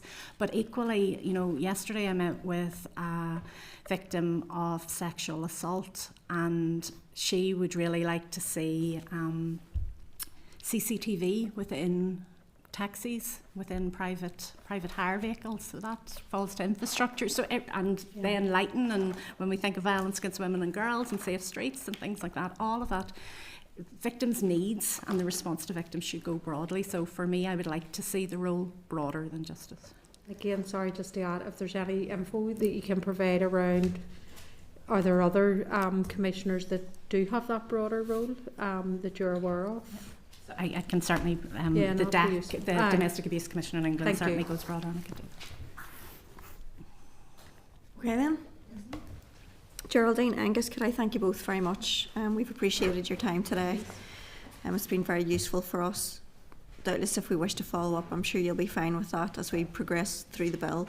But thank you very much. We've appreciated your time and your answers. Thank you. Thank you. And good luck with it. It's no mean task. Thank you.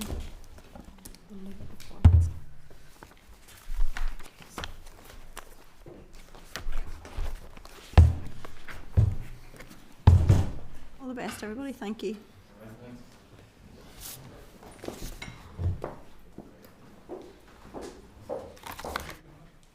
Right, we're back on schedule. I fear to say it. We're only on 10 pages. Dear love you. I was writing, I'm thinking, course. No. We're going to speed reading course. First started our first session. His name was definitely on the screen.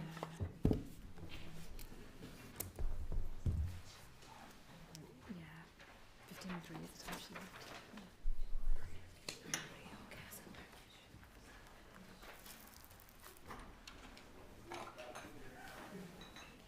Good afternoon, everybody. While you're just settling in, I'll go through some of our housekeeping issues. So, members, agenda item 6 is evidence from the Northern Ireland Human Rights Commission, and I would ask you to turn to pages 65 to 149 of your meeting pack for the relevant papers. You'll see that we have officials from the Human Rights Commission with us, and I would welcome to the meeting Alison Kilpatrick, the Chief Commissioner, Colin Cockey, the Director of Policy, Hannah Russell, who is Senior Policy and Research Officer, and Ivanka Antova, who is Policy and Research Officer. You're all very welcome, everybody. Thank you very much for taking the time to come and give evidence to the committee today. I'm going to hand over to you to give a presentation of, I presume, something of around 10 to 15 minutes, and then we'll move into questions. Would that be all right? I've actually prepared much shorter than that. I thought that's normally appreciated, and I thought it would give you more time for questions. So I hope I didn't presume. No, that's very welcome. Thank you very much indeed, because this is a very engaged committee, so likely there'd be plenty of questions to follow up on. So thank you very much. So I'll hand over to you, and then we'll proceed after that. Thank you. The Commission, first of all, is very grateful to be here for the opportunity to discuss our initial analysis, address any questions you may have, and also listen to the observations you might have or direct us where we may be most helpful. I did say I was going to be brief. This is a complex bill, and if I was to go through it all in detail, we would be here for a very long time. We have given more detailed advice, and you've had a briefing, so I'm taking that as read. We have concentrated, as is our mandate, on compliance with the European Convention on Human Rights, as incorporated directly into domestic law, informed by and interpreted alongside unincorporated treaty obligations, including, for example, the UN Convention on the Rights of the Child. And the reason I stress that is that it is a question often asked: how do these different treaties coexist, and which is enforceable, which is not enforceable? But I'm going to, if you want to ask about that, we can deal with it. But that is a succinct interpretation of how we apply the human rights, the objective human rights standards. Clearly, our advice is based on the bill as introduced. So as and when amendments are made, we'll have to reconsider. And if I may, I'm going to concentrate on a few indicative points in the bill, and you can, I'd say, address whatever, give us any direction you want on what interests you, or ask any questions you want. I'm very fortunate to be accompanied by 3 real experts here, so I don't think there's much we can't deal with. Can I start by saying that we really welcome the approach this committee has taken to really trying to analyse properly and fully the approach and the human rights considerations engaged by the proposed provisions, and we think it is correct that time is spent and that sort of detailed analysis is made of such a complex bill which has such a wide repercussion. Robust early legislative scrutiny plays a critical role in supporting human rights compliance, and the express reference to rights and the request for proper scrutiny of their practical application is therefore very welcomed, and we see that as what the committee is doing at the moment. An important, more recent element of compliance is also Windsor Framework Article 2, and that's relevant to all bills, obviously, but we suggest this should be given specific and close attention at the earliest stages and throughout development of legislation, policy, etc. But in respect of this bill, for example, there are a number of EU measures that underpin ECHR rights in the field of criminal justice and personal data protection, which establish minimum standards of protection for privacy rights, victims' rights, court users' rights. And since convention rights are covered by the relevant chapter of the Belfast Good Friday Agreement, these measures will fall within the no diminution commitments in Article 2. And that's as far as I'm going to go with that. So it is engaged, but any more detailed questions you may have, I'm going to hand over to my expert on the right, Ivanka. So in terms of this bill, biometric data retention, the introduction of provisions to amend the Police and Criminal Evidence Order, essentially to give effect to the European Court of Human Rights decision, Cochrane UK, is, we think, essential. The review mechanism will have to concentrate on the proportionality of the interferences with the right to private and family life, bearing in mind there is a legitimate aim in detecting and preventing crime. In short, a retention regime must at least pay due regard to and distinguish between offences according to a range of factors, which I'm not going to go into, but it does include seriousness. There must be an opportunity for an individual to challenge the continued retention of their biometrics. So at this stage it's not possible to advise, and it may never be possible to advise conclusively, whether the model proposed is compatible. The jurisprudence to date is limited, but we suspect that it will depend on the analysis of the evidence used to determine it, and in that respect I'm talking about the retention periods.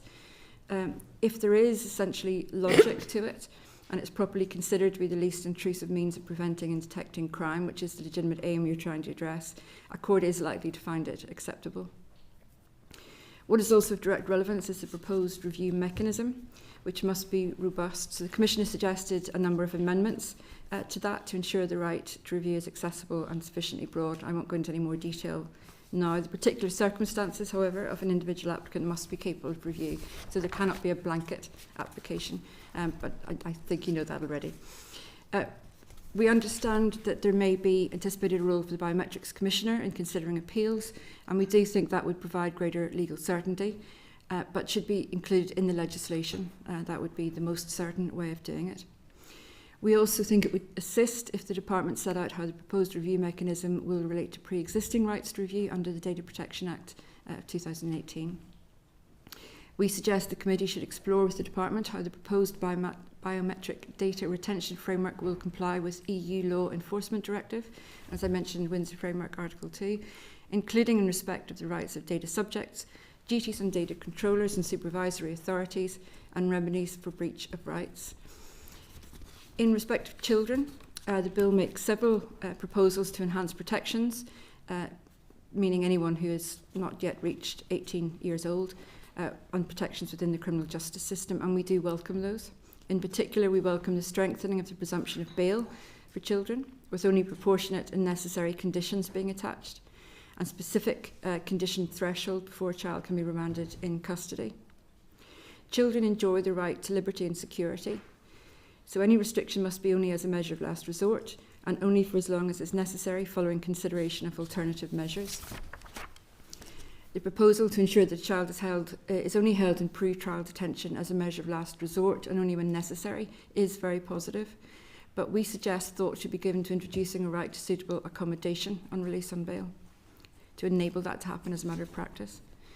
The bill addresses factors relevant to decisions being made regarding a child, and that undoubtedly will mean that decisions are more likely to be made only when proportionate and necessary, but we do recommend specific inclusion of the best interests of the child consideration into this legislation.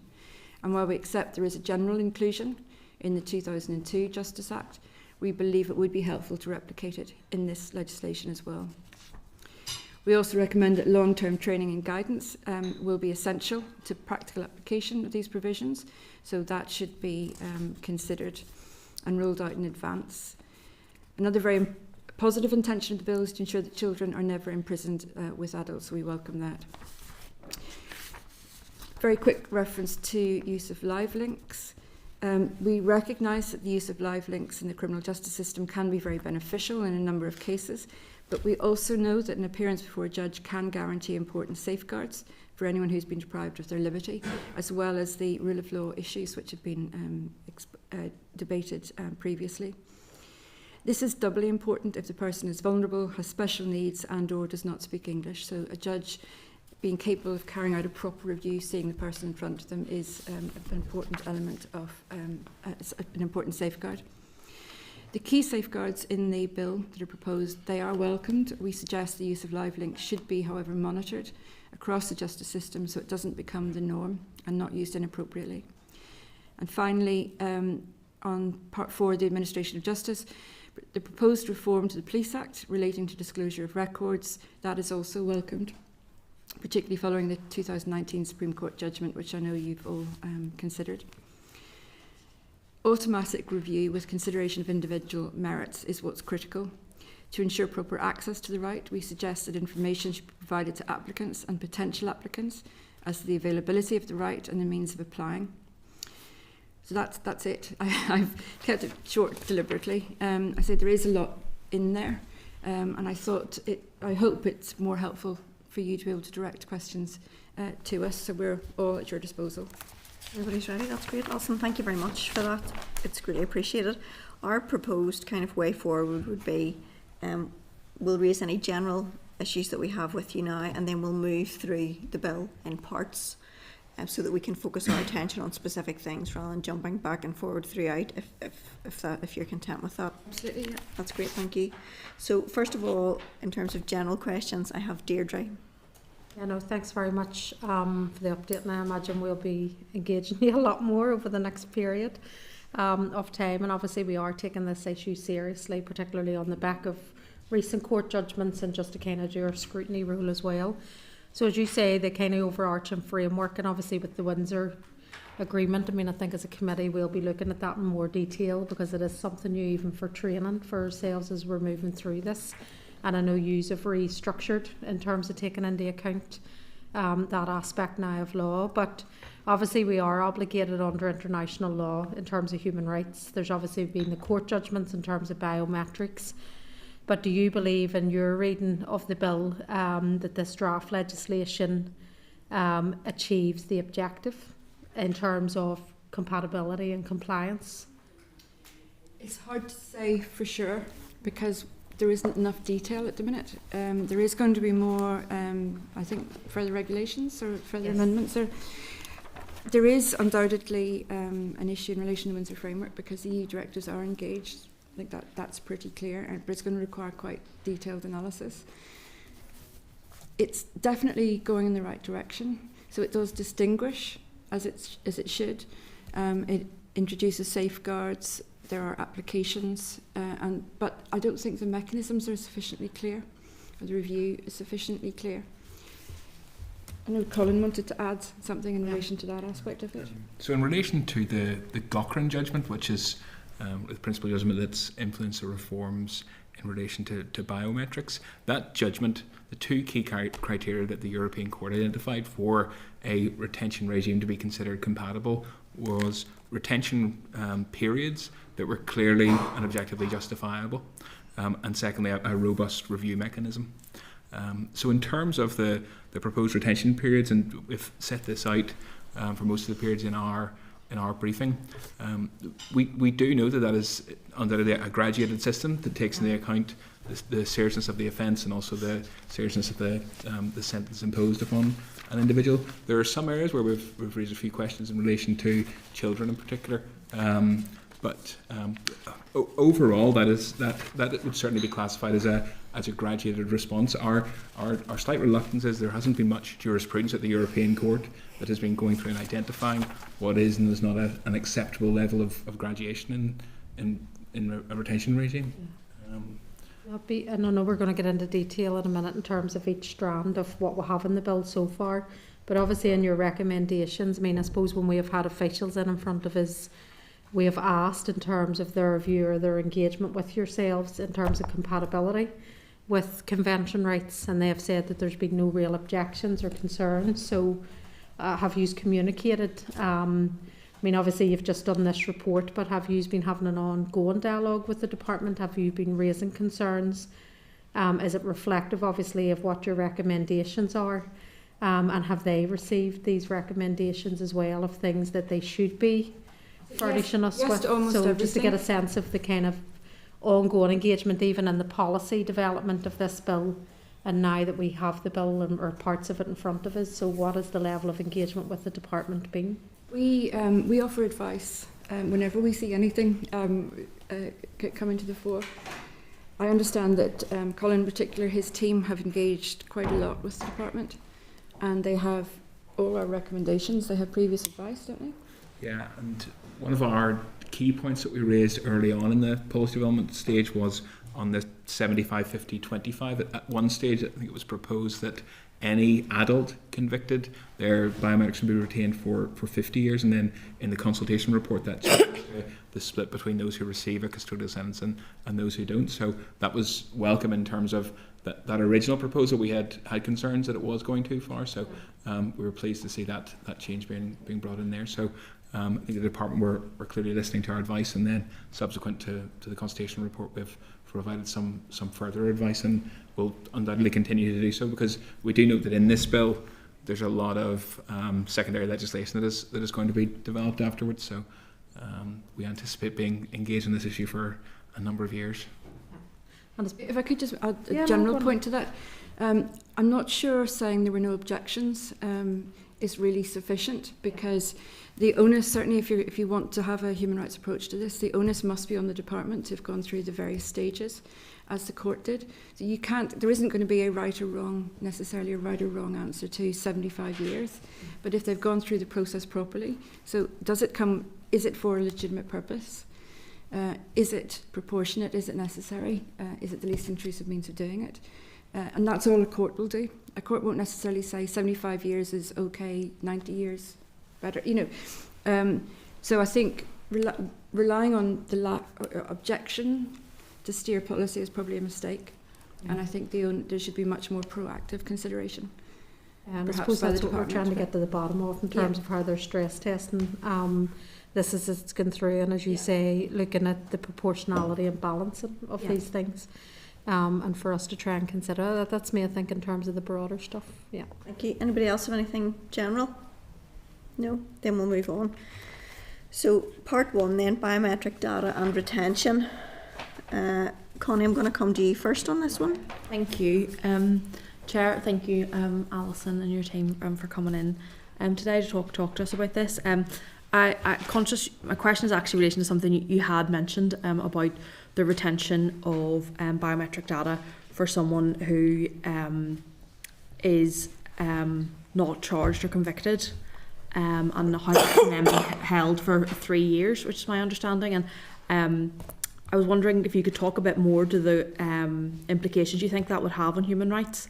I'm just also conscious that I understand the UK Commissioner has highlighted that this provision is useful in relation to tackling crimes such as violence against women and girls specifically. So if you could maybe talk a bit more to how you think the human rights provisions would interact with that. I'm going to let Colin deal with the more detailed aspect of that, but if I could say in relation to human rights generally on this, you could of course keep people safe if you took all of our DNA and our pictures and our fingerprints and keep it forever. That may be a tool for the police, but it doesn't mean it is right within a society that is a human rights-based society. So that's a philosophical answer, but it's, you know, it is what it's the undercurrent of all of this. Just because you think it may provide a higher level of security doesn't mean it's right.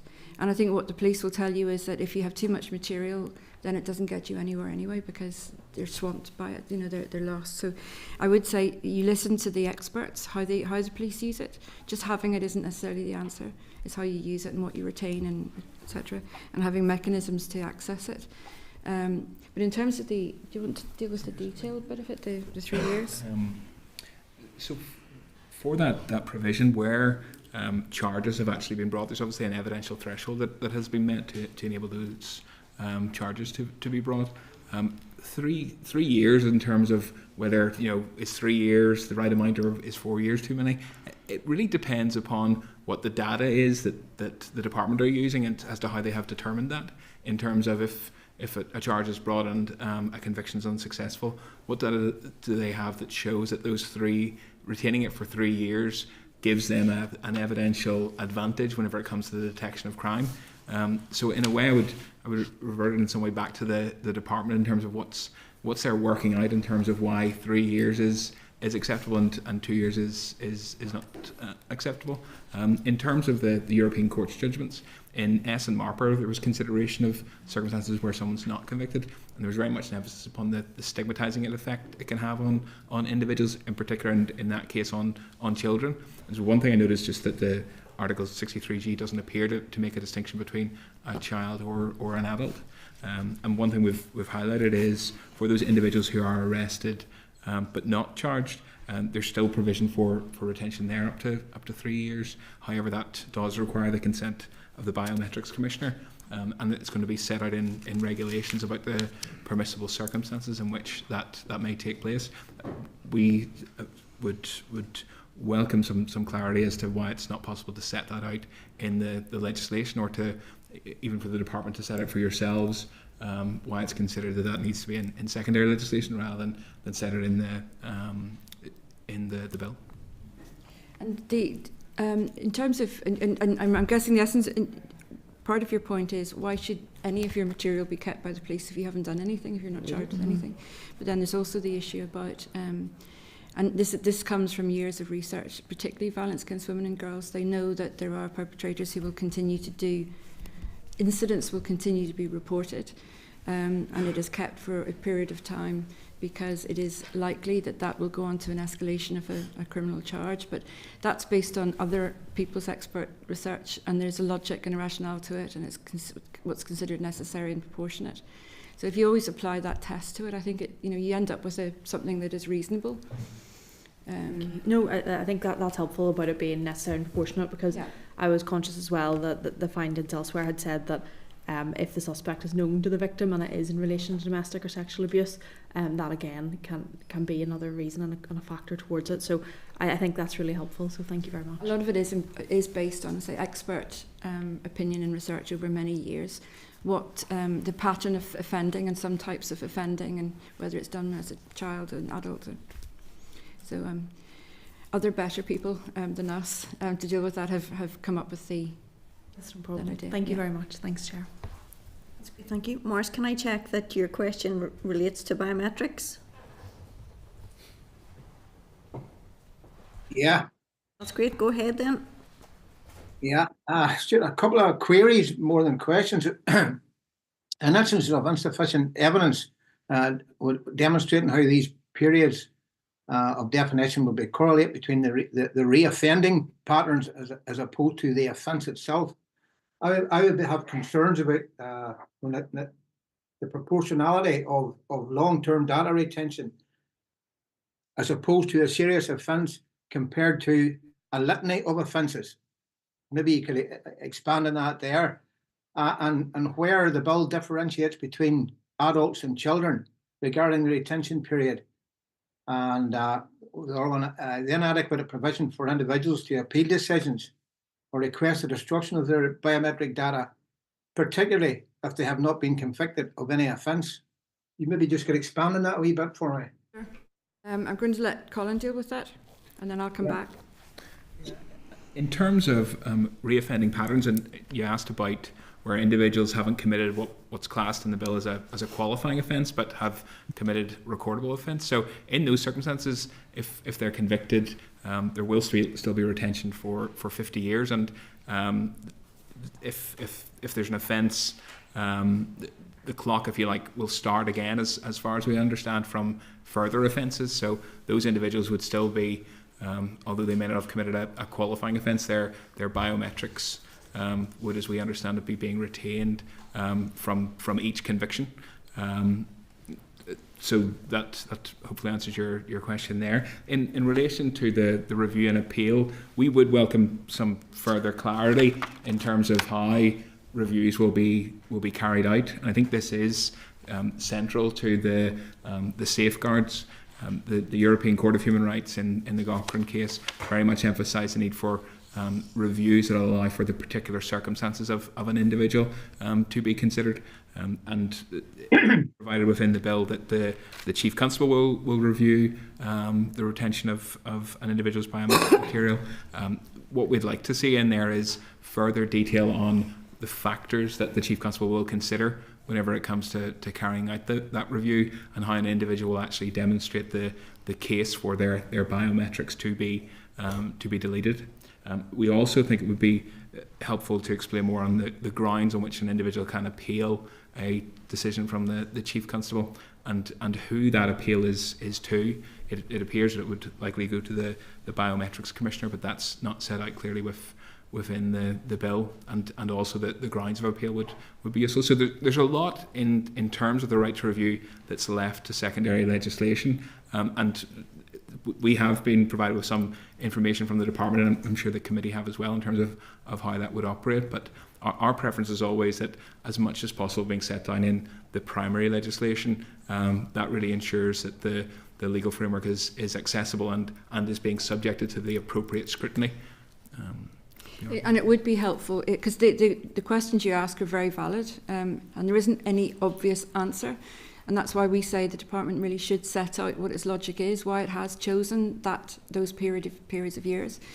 Because if it is challenged, that's exactly what a court will do. We'll ask the department to justify the basis upon which it reached various decisions. And some of them are arbitrary, and that's understandable because they have to distinguish.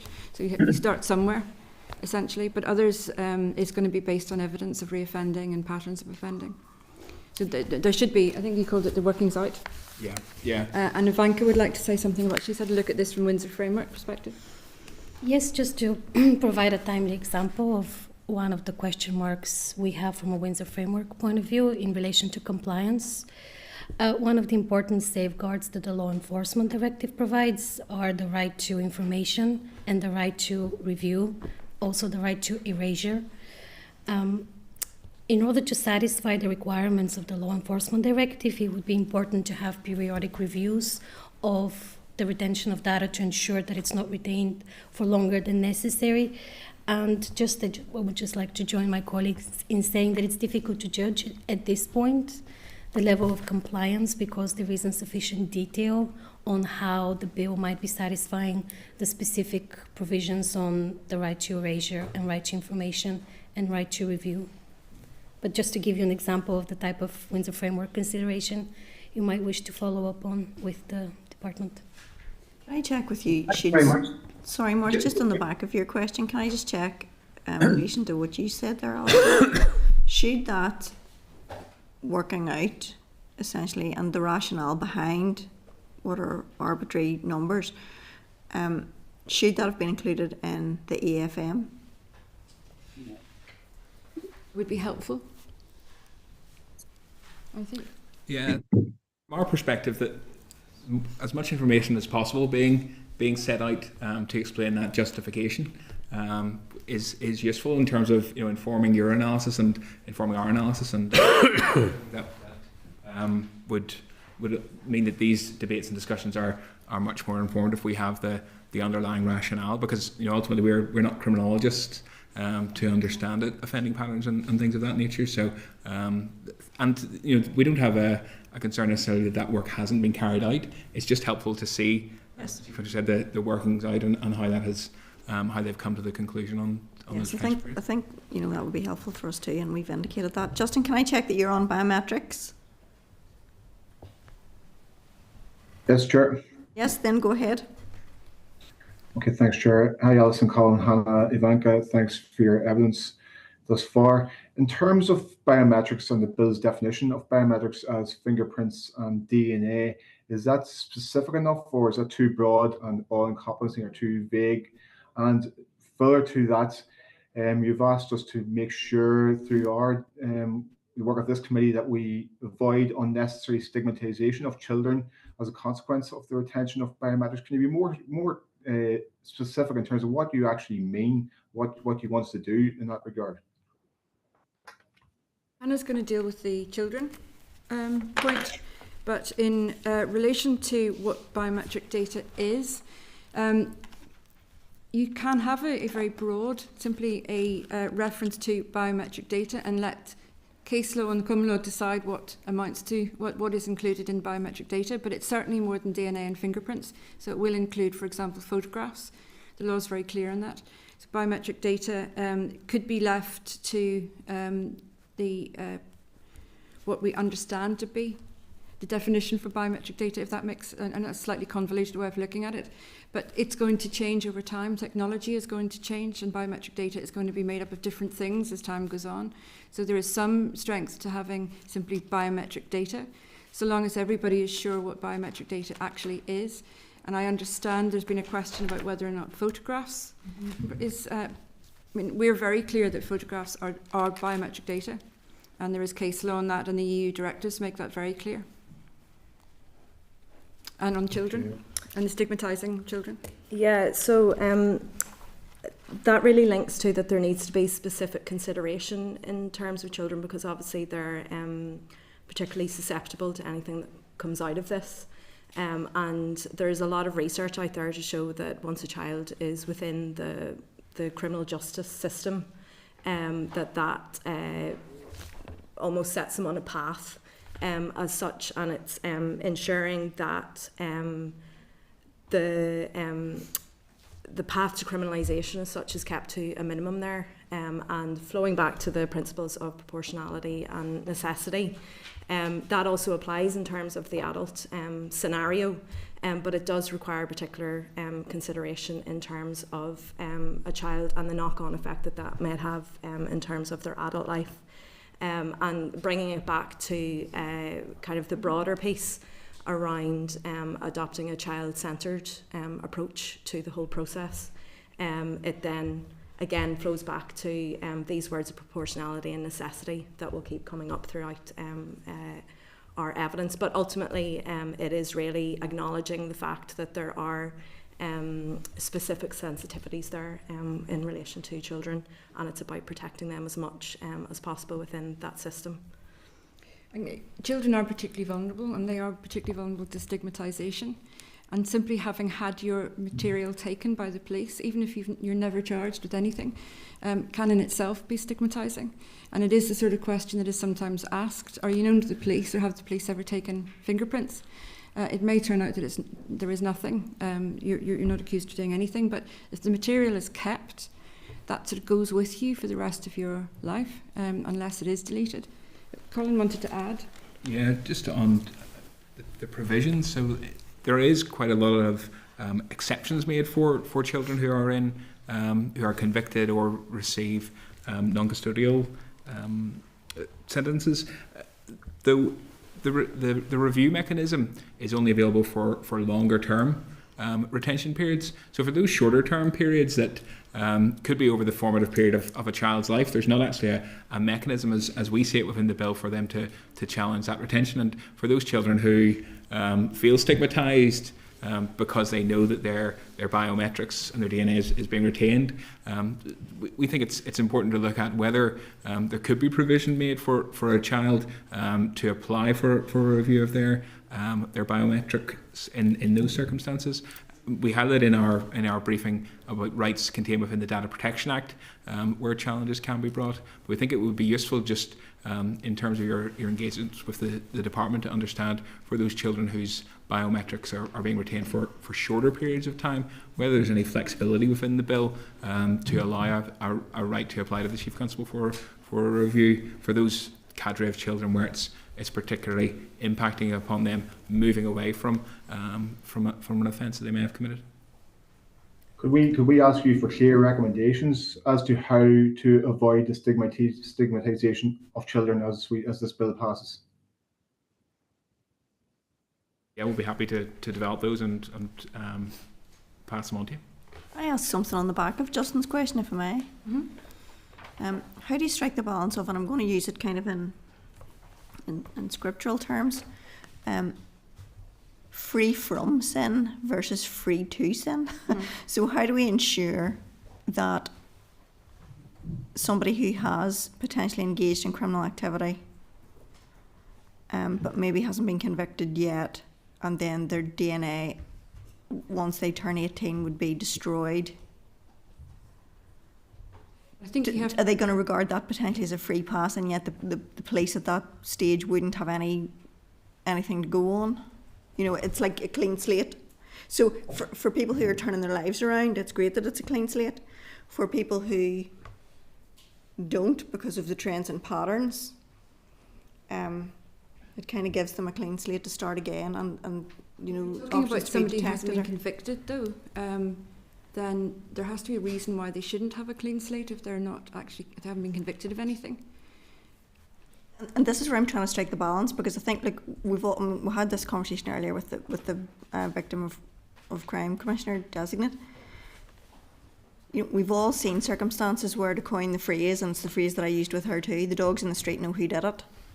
But being able to get somebody to that threshold is a very different ball game. So I suppose I just want to check, in terms of going forward, that if a slate is wiped clean once you turn 18,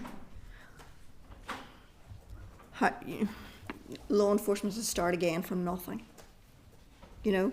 I'm not sure that's actually how it will work. I'm going to let Colin deal with the detail of that. But just as a matter of principle, because that's what you have to go back to, if a person has not been, I mean, the dogs in the street aren't cross-examined and they aren't part of the criminal justice process. So it's too easy, I think, to say everyone knows who did it. What you have to come back to ultimately is whether or not it can be proved that a person has committed a criminal act. No, I'm just trying to. No, I understand. Yeah, and it is. I mean, it is. I mean, you've hit the nail on the head. It's in the sense that that is right at the centre of this. It's to be protective of people so that victims aren't created, but it's also that not to make a victim out of somebody who is, about whom there's just rumours or allegations, or you know, even if they have committed a criminal, if they haven't been proved to have done it, I think on balance the criminal justice system has to give them the benefit of the doubt. And that must also mean in relation to retaining their material, because the purpose of retaining the material was because they were suspected of a crime. If it turns out they didn't commit any crime, then the justification for taking their material evaporates. And you can think of situations where somebody might be falsely arrested just to take material, when there's no reasonable suspicion that they've committed any criminal act. And so all these safeguards have been worked out over probably centuries by now, where the balance has to lie. But I take your point. The police are always going to want to keep stuff.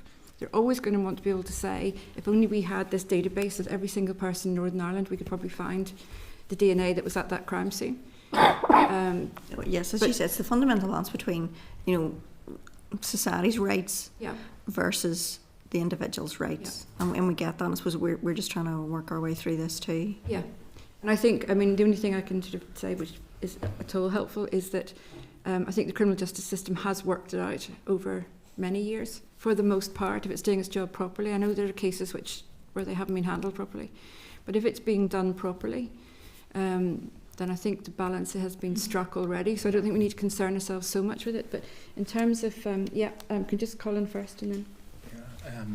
So for those circumstances where a child or an adult is arrested or charged and there's no conviction, the bill does at the minute from what we can see, appear to strike a balance in terms of that the 3-year retention period there would apply. Although, as we've said, we'd like to see some further elaboration where charges aren't That's brought. where I am too. I'm not sure about the 3 years. I need to understand why. Yeah, as do we, essentially. Ivanka?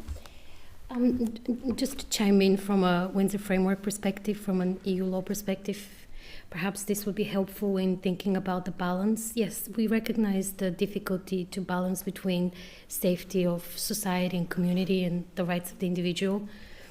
From a law enforcement directive point of view, because biometric data is so sensitive and it carries such a high risk for the data privacy rights of an individual, the directive and the Court of Justice have adopted a way of thinking about collecting and retaining data only when strictly necessary, only for as long as necessary, the so-called purpose limitation. If you look at Article 10 of the Law Enforcement Directive, for example, you will see that the safeguard is, especially in cases where the person hasn't been convicted, the balance has to take in consideration the broader set of rights that a data subject would have, whether they're a child or an adult. So from an EU law perspective, the general thrust is to try and collect as little data as possible, only when necessary, and to try and retain it for strictly necessary periods of time. Yes, which takes us to be necessary and proportional. Takes us back there. And Helen wanted to just add something, I think. Sorry, if I could just work us back slightly in terms of Justin's question there. I suppose just to flag a couple of things. A child is a child until the age of 18, and I think it's recognising that there are many reasons, as with adults, but many reasons in particular in a child's situation why they may find themselves in a situation where their biometric data is being retained. And a lot of that generally comes from external factors, and that it may be that we need to look in those scenarios more at support than criminalising. But also just to flag as well, in terms of the criminal sphere, there is a broad range of years there where a child could fall within this. And I know that age of criminal responsibility and where that's set at is outside the scope of this bill currently, but it is relevant in terms of this sphere because a child could have its data retained from the age of 10, and that we would see needs particular consideration, and that can be quite traumatising, particularly the younger the child is. So just that's more of a direct response to Justin's original question. Okay, Justin, have you anything further? No, Chair. Thank you very much for your answers. We'll be looking forward to seeing how you propose that children are protected essentially by how biometrics are treated going forward. Thanks, Justin. Deirdre? Yeah, no, it was just on the issue in terms of the retention, because obviously we're grappling with this too, and we need more information from the department in terms of their rationale. But are you aware in your work, and I suppose even through the Windsor framework, and kind of how the court and stuff are looking to approach this, and with emerging technology and stuff as well around these issues, are you aware of any other precedents internationally in terms of time periods for this? Any areas of good practice that could be shared? There's nothing much more helpful, I have to say, unfortunately.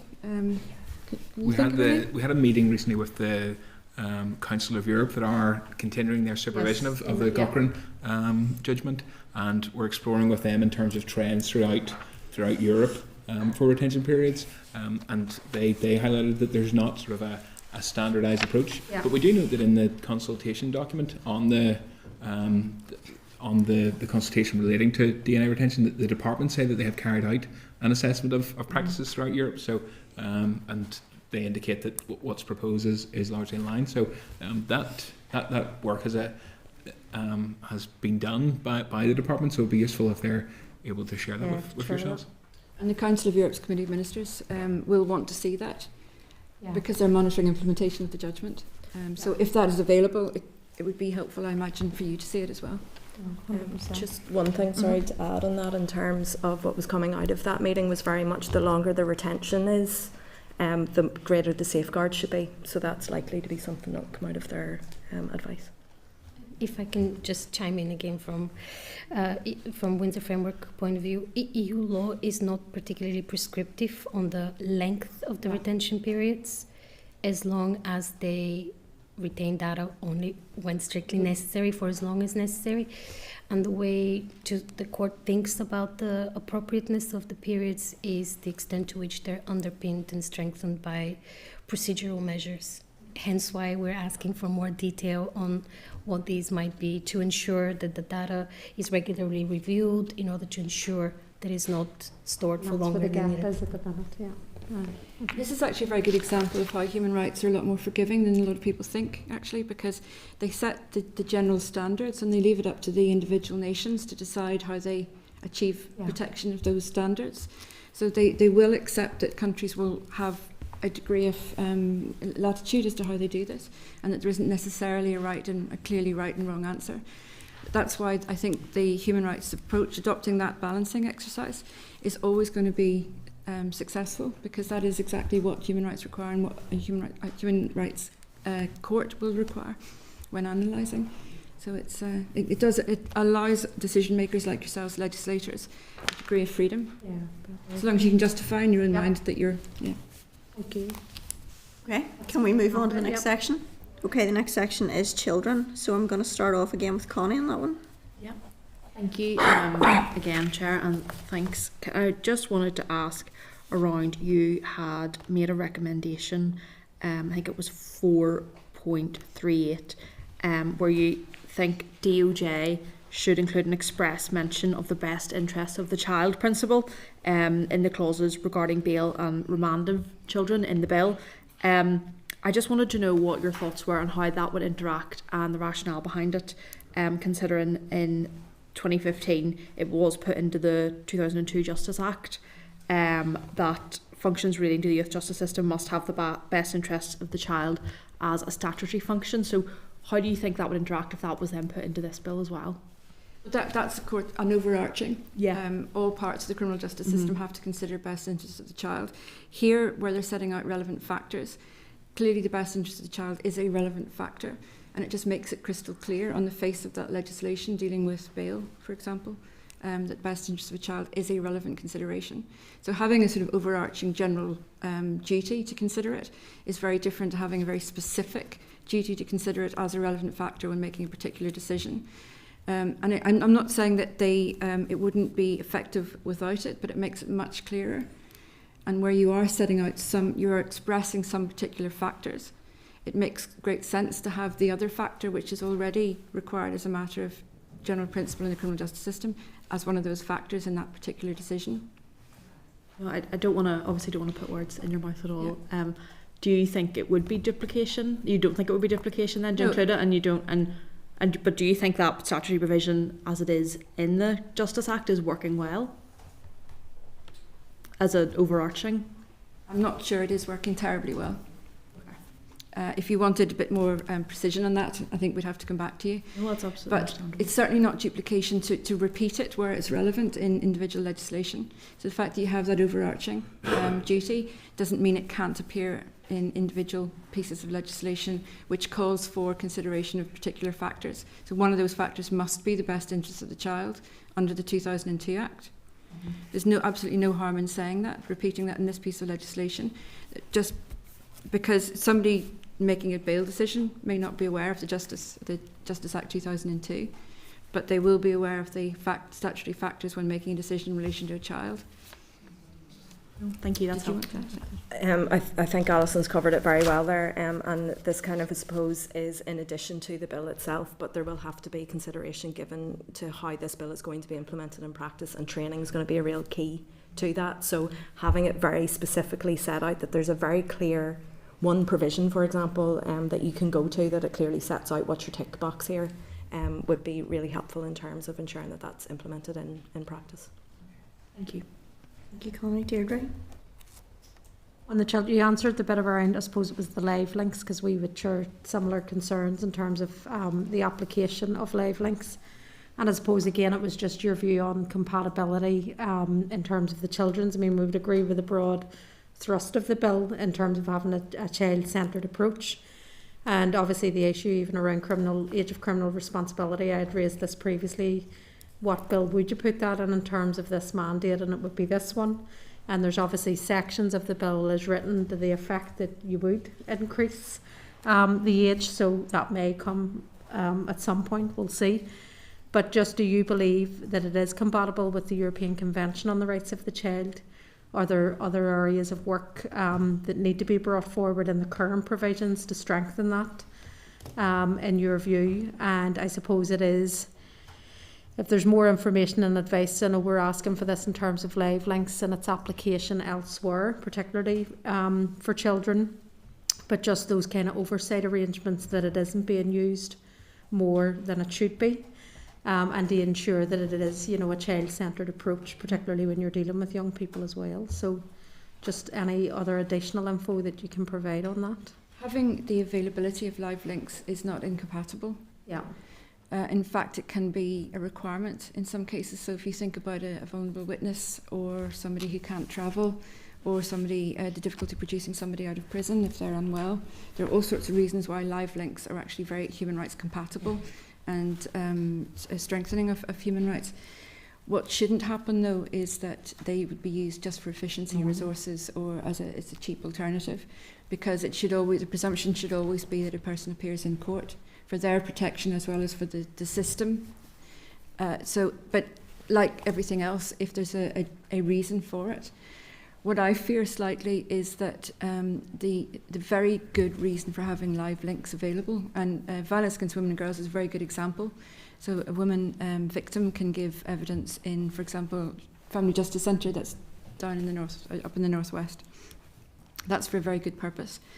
But these things often end up becoming routine, and the whole purpose for which they were set up in the first place is lost.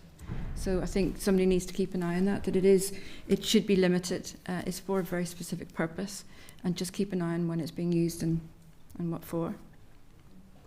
But it's not incompatible. Yeah. The application. I think in terms of your broader question around compatibility more generally, I think focusing on the bail and remand provisions linked specifically to children, we would largely welcome everything within that, and obviously with the addition of the best interests. But I think that there might be certain safeguards potentially missing to enable practical implementation. So, for example, we're aware that there are challenges, and Alison touched upon this in her opening statement, in ensuring that there's suitable accommodation available for children that would not typically be subject to remand or bail conditions, and that's the decision that's been taken, which could lead to there being no other option but to backtrack on that, because there's effectively nowhere for them to go that kind of would fit within. It is arguably a resource issue, but we do feel that there could be provision put within the bill itself to kind of place an obligation to provide those resources as such. They seem to have a bail fostering pilot. Are you aware of this? Alison, sorry. I don't know in any detail, but I'm aware that there is one. I wasn't sure if it was operational or not. Are they actually? It has been. It's been used very little, and they've extended it for another 6 months. Was it in Ballymena at one stage?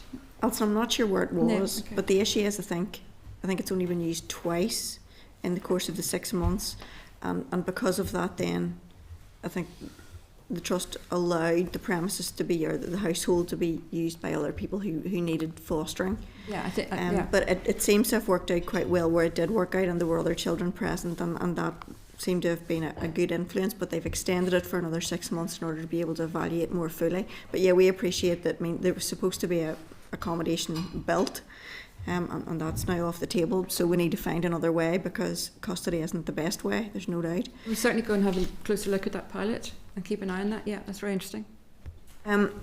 I just have one with regard to children.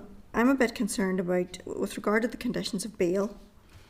One of those conditions then listed as the child's release causing a serious threat to public order. And I'm just wondering, in terms of rights, presumably if the child has a legal right to bail, then the child has a right to bail.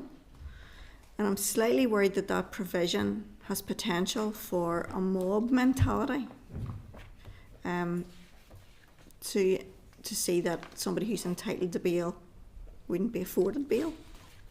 Have you any concerns on that? It's very difficult to say somebody is entitled to bail. There is a presumption of bail in all cases, and it's up to the judge who's got access to all the relevant information to decide whether bail is appropriate in any individual case. But starting from the presumption that they should have bail, because everyone should have bail. That's the presumption, unless there's a reason not to. The concern I would have about that is the interpretation, perhaps, or ideology behind some of the new public order laws that suggest that it's more than that it has to be reasonable. And if that is right, if public order is considered to be stuff which is unreasonable or unpleasant, then if that is a reason to refuse bail, then that's a really serious issue. Because that you could deny bail for a child who wanted to participate in a protest, or a child who wanted to attend a procession through somewhere. Yeah.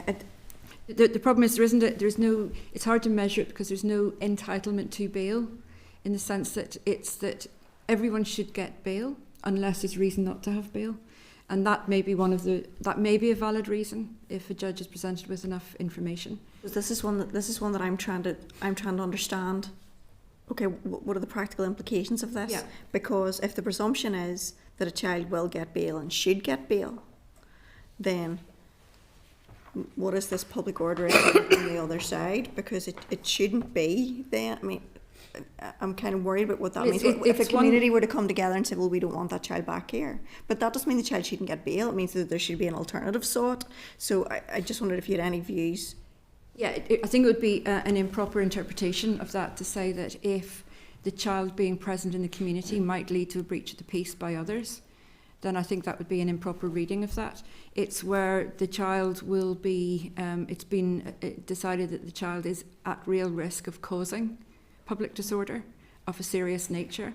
And the most recent example might be with the protests that turned violent in Belfast and across London in particular, where most people were denied bail because the assumption was, or the assessment was, that if they were allowed out on bail immediately, they would re-enter those particular violent protests.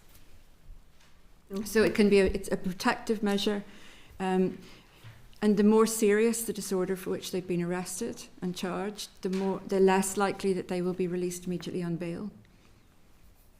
The ongoing nature of the disorder. So there are all sorts of factors. It's not just as simple as that. No, I think that's something that I want to explore further, because obviously we've seen circumstances where children have been used by adults. Oh yeah, absolutely. But again, that's not a reason for them not to be bailed. No. Because then one of the conditions might be put them in a different part of town, put them in a, This is why I think to address your concerns, because I could think of all sorts of ways in which a child could be harmed in situations like that. That's why the best interest principle is so important, that is written so expressly in the list of things that have to be taken into account, because the best interest of the child would step in a situation like that and hopefully prevent harm to the child. Well, that's helpful. Thank you very much. Anybody else, anything on children? No? Okay. Well, then we'll carry on. Part 3 is use of live links. Does anybody have anything further on live links? No. And Just one, Ciara? Just one, and it came out of your report, and it's a bit like the previous conversation. We should have a default position, basically, and presumption regarding even live links, rather than just assume it should happen. The default position is having a justification for using it, rather than just because we've had many a discussion here about speeding up justice. So for efficiency and accessibility, to save money for people having to travel from one place to another, and that nearly felt the momentum why live links is good for certain situations. But would you recommend that it should be a default position in relation to utilising live links during custody, during interviews? Yeah, there has to be a real reason for using live link as opposed to having somebody brought before a court, because that is how the criminal justice system works, and that's for very good reason. Partly it's to make sure that the person who's in custody is seen in a public setting out of custody. But it's also for the criminal justice system itself, that a person is brought before the judge and the whole nature of the sort of hierarchy of the court system. Part of that depends on a person being presented to a judge and in a courtroom. And you can see how this becomes an administrative thing. And it can be used, and it is used a lot for bail applications rather than producing somebody from custody. So they will be streamed in, and their representative will make their bail application on their behalf. And that can work, but I think the presumption is always now that they will always do it by way of live link, and I'm not sure that's correct. So you always have to have a reason for it, because you should really be appearing before a court for the person's safety, for the public to be able to go along and see the person as well. And all these considerations have developed over decades, centuries, really. Ivanka wanted to say something because the EU directives actually expressly deal with this. Do you want to? Yes, just to follow up from Alison's point, the use of new technology, including live links, has, I'm sure, very positive practical implications, but we have identified the EU Victims Directive and the EU Interpretation Directive as laying down basic safeguards for the rights of victims and the rights of persons suspected of a crime who don't speak the language of the criminal proceedings. So for us it's important to think about these basic standards and these protections afforded to these people when thinking about the use of technology. I know in the past we have recommended that specific research is carried out to identify whether live links is a technology compatible with the rights of such particularly vulnerable people. And now we would say that going forward it would be important to consider compliance with the non-diminution commitment in terms of the bill respecting these standards. And do you believe, through the chair, if it's okay, just to follow up on that, just the right to refuse, because with the Victims Commissioner survey results, they're just being presented, and in reading some of the qualitative comments, it was a key issue that it was just a presumption, and the judge makes a decision, and whatever, and the utilisation of live links, and they never had a choice. Should you have a right to refuse, and want face-to-face rather than utilise live links? Do you need consent? Should there be consent? You don't have a right to refuse, but a judge can decide not to use the enforcement powers to bring you there forcefully before the court. So it's not that you can decide yourself that morning if you're in custody, say, I do or don't want to appear in court today. The judge can decide, but most judges will not order a person to be produced if it's going to be more detrimental to the business of the court that day, and all sorts of other factors, because somebody has to be physically forced and produced, and judges may decide that that's not in the best interest of anybody. But you don't have a right to refuse as such. It's just that in practice you may end up not being made to go. So there's a difference in practice. It may not be in practice. It may not be obvious to many people, but there is a very important difference. It's just that difference where in practice, say for practicalities, efficiency and stuff, it's better that whatever's done through live links rather than coming to the court. Yeah. But can the court make that decision? There's all sorts of reasons why. Versus someone who is in custody and goes, no, I want to attend face-to-face to the court. Well, I see what you mean. You mean somebody in custody wishes to be there in person, but they're not being afforded to? Yes. My view is, but you need to ask somebody who's practicing criminal law at the minute, my view is that a person could insist on being produced in a court, but you don't have a right not to go, but you could insist on being produced before a court. And if you think about, one of the reasons why people are produced before a judge is that a judge can see, quite literally, are they still in one piece? Are they still in the jurisdiction? Is this the person that should have been detained? And so there are processes that have developed for the safety of the detainee, but also for the victims. And your point, I suppose, is about as well victims saying, I wanted him or her to be standing there, and I wanted to see them. I wanted to see who they were and look at them and make them listen to me. And that's also part of the criminal justice system. There's a good reason why people will want to see the offender in a dock in a courtroom, and they're entitled to, unless it's a good reason not to. And vice versa. You're entitled to face your accuser. Yeah. And just finally, I am not aware, but in the utilisation of live links, does it be recorded? And if so, if it is recorded, do you have the right for erasure, as we mentioned previously? Yeah, I wondered about this as well. I think it depends the purpose for which the live link is being used. So you can record evidence, and with there's a new building for vulnerable witnesses Yes, to give. I've been there, yeah. Yeah. So that evidence that is given through that may be recorded and then played into the court. There are certain circumstances in which that can happen, but I think usually it should simply be live, streamed directly into the court, and it shouldn't be recorded. But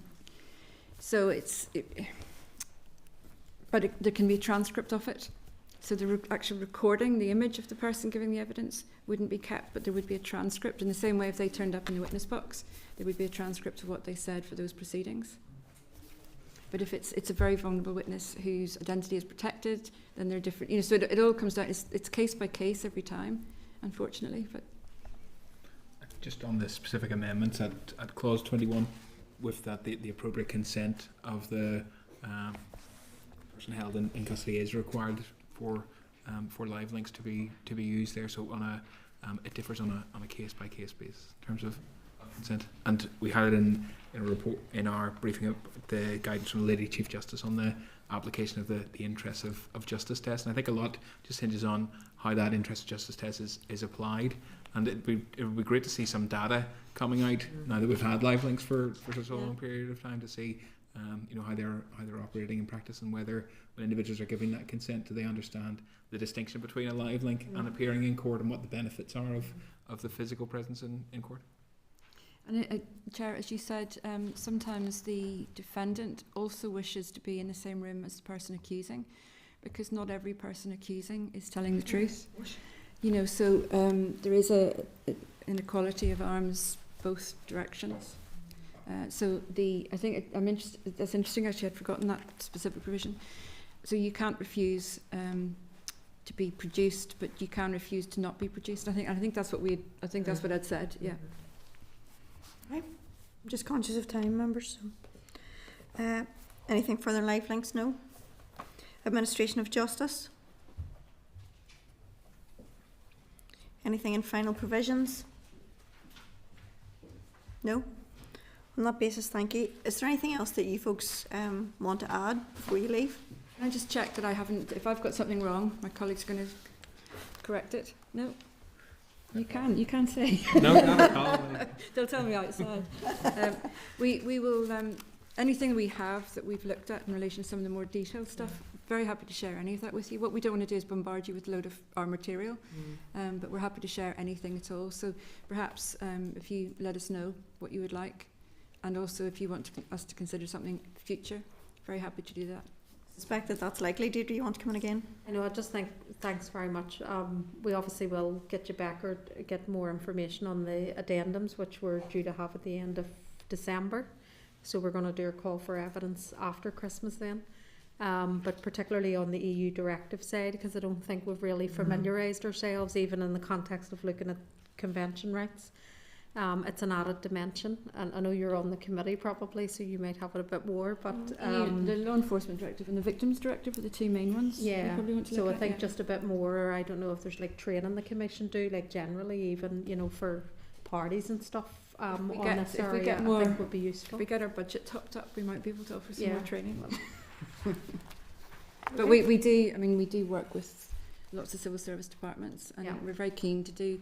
Anybody who's interested, in all honesty, we will make arrangements to help, because we're very keen to be constructive and proactive. Good. Yeah. Thank you.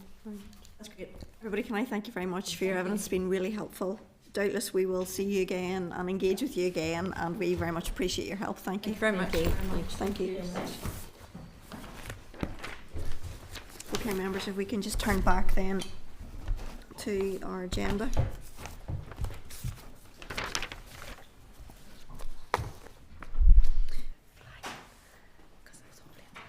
So, just in terms of the bill, if I can get approval from you to allow the officials to go and commission legal advice on each individual part of the bill now. Are members content? Content. Yes, thank you. Agenda item 7 is the Arbitration Bill, LCM, and that's our committee report. So we need to go through this section by section. I'd ask you to turn to page 150 of the meeting pack for the draft report for our consideration of this LCM, because we need to agree it at this meeting. So at our meeting on the 24th of October, we agreed to an LCM on the arbitration bill being laid before the Assembly as soon as possible. At last week's meeting, we considered and noted the draft report on the LCM, and we were informed that the formal line-by-line agreement report would take place today, so that's what we're going to do. Any typos or formatting errors in the report will be amended at proofing stage before it's circulated to the rest of the MLAs and published on the committee web page. Does anybody have any proposed amendments to the draft report as it currently sits? No, thank you. Right, then let's work through the report then, section by section, and we'll seek agreement as we go. So, can I refer you to the title page, contents page, and powers and membership page of the report? So I'm going to put the question, are members content that the title page, contents page, and powers and membership page stand part of the report? Content. Thank you.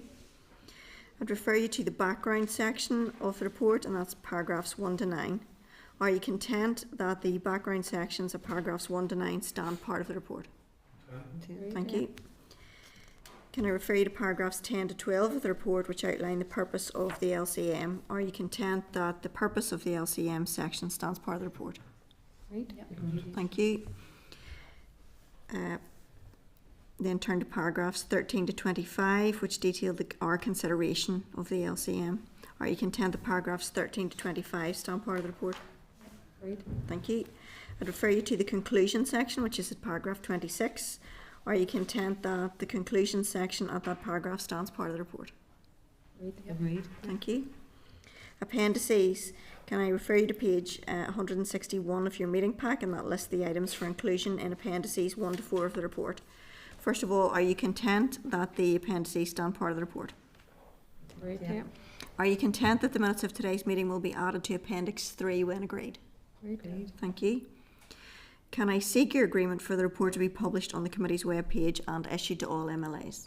Right. Thank you. And just to let you know, that committee staff will notify all of us when a date for the debate on the LCM has been scheduled. Okay? Thank you. Agenda item 8 then is an SL1, which is the Police Trainee Amendment Regulations Northern Ireland 2024. That's page 163 of your pack.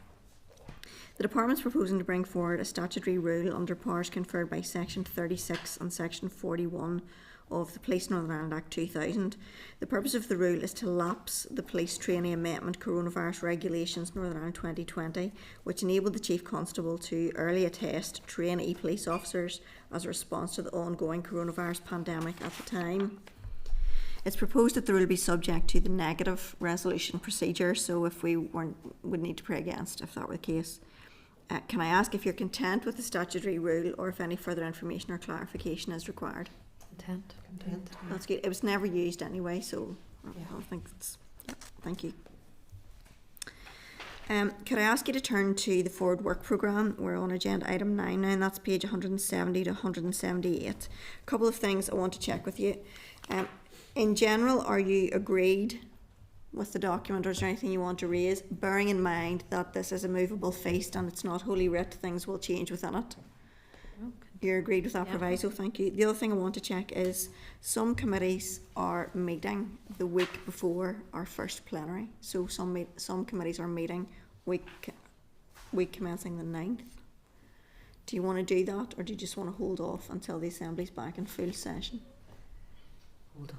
I'm content for how it's laid out, yeah. In terms of we're going to do our call for evidence, unless something urgent, emerged. But That's fine. in terms of how it's set out for, I agree. Yeah, that's fine. That's all right. Agenda item 10 is correspondence. So there's a correspondence memo and 9 items, which will be found at page 179 to 501 of the pack. I'm going to draw your attention to a number of the items, as usual, and then I'll open it up to the floor if there are any issues that any of you want to comment on or which you want to draw our attention.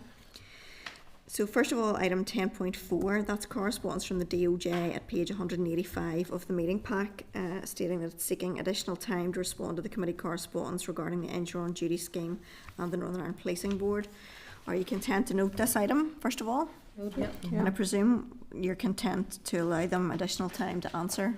Yeah. It's in our interest to get a proper response. So members agreed? Agreed. Yeah. Thank you.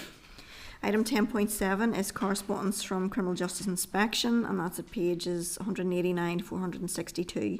That's a notification of the laying before the Assembly of two reports: a report of an unannounced inspection at Hyde Bank Wood Secure College and a report of an unannounced inspection of Hyde Bank Wood Women's Prison. First of all, can I ask you to note this? Noted. Thank you. Yes, Deirdre. Yeah, no, it's just obviously, I mean, it's, we had met with the Criminal Justice Inspectorate, and I think it's useful in terms of the report. It was an unannounced visit, but there's some positives in it overall in terms of it was a good rating. There are 6 areas in the report in terms of further improvement around safeguarding and stuff, which have come up previously. So if we could just even ask for an update in terms of how the prison service and the department are approaching those areas that have been addressed within the report. But I think just to recognise, you know, that there has been good progress made, and the report reflects that as well.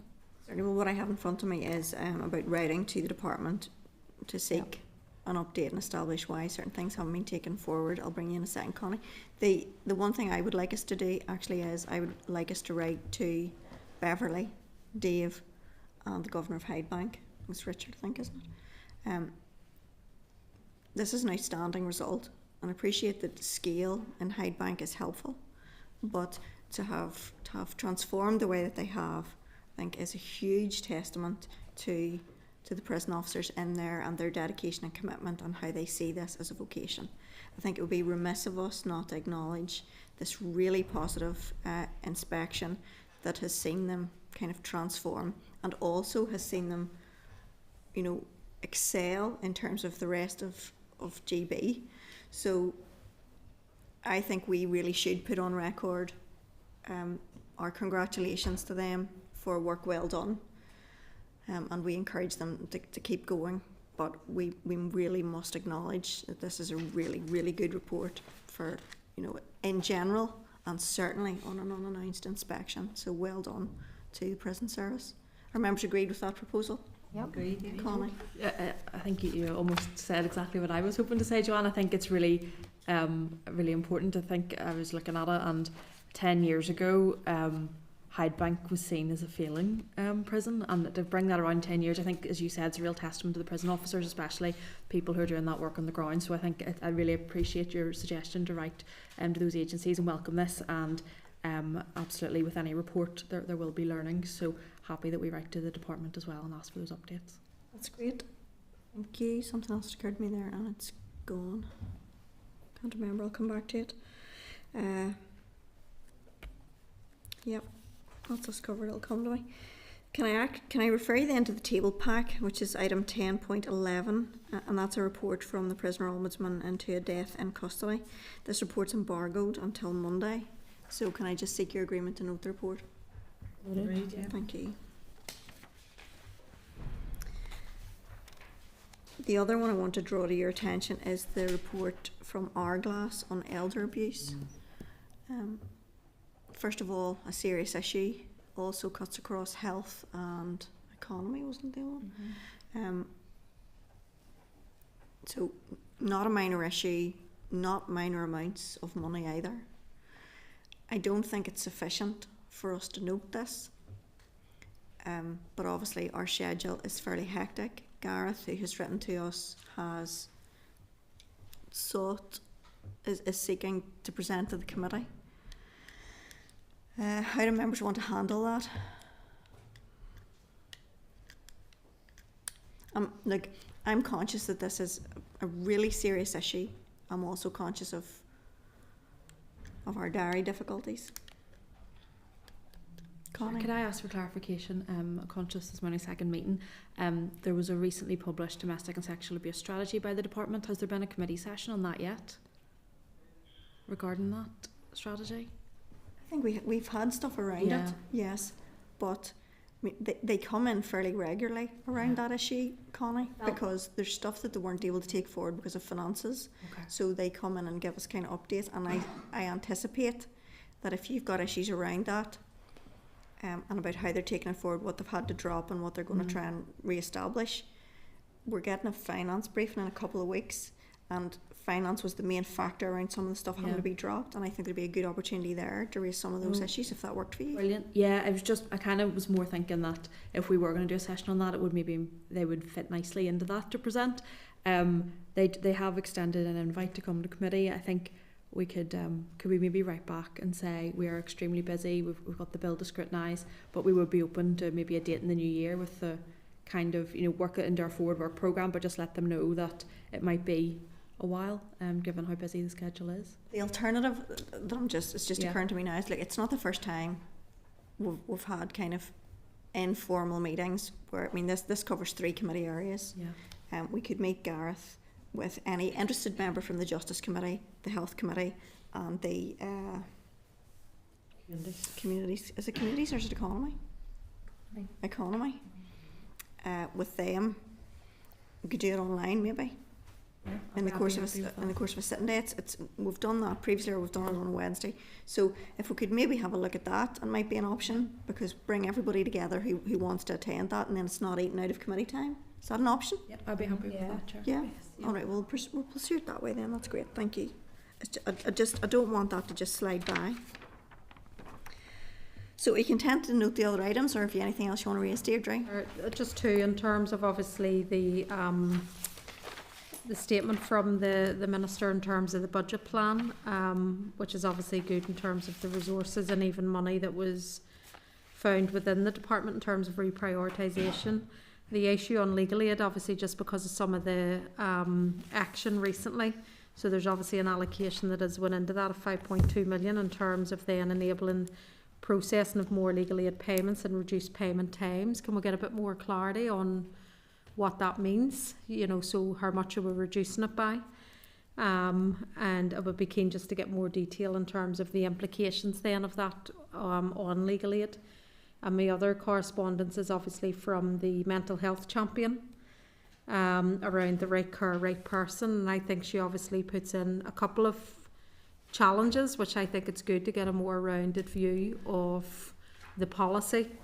Some concerns of how it's been rolled out in England and stuff as well, and obviously how Scotland and the south of Ireland take slightly different approaches.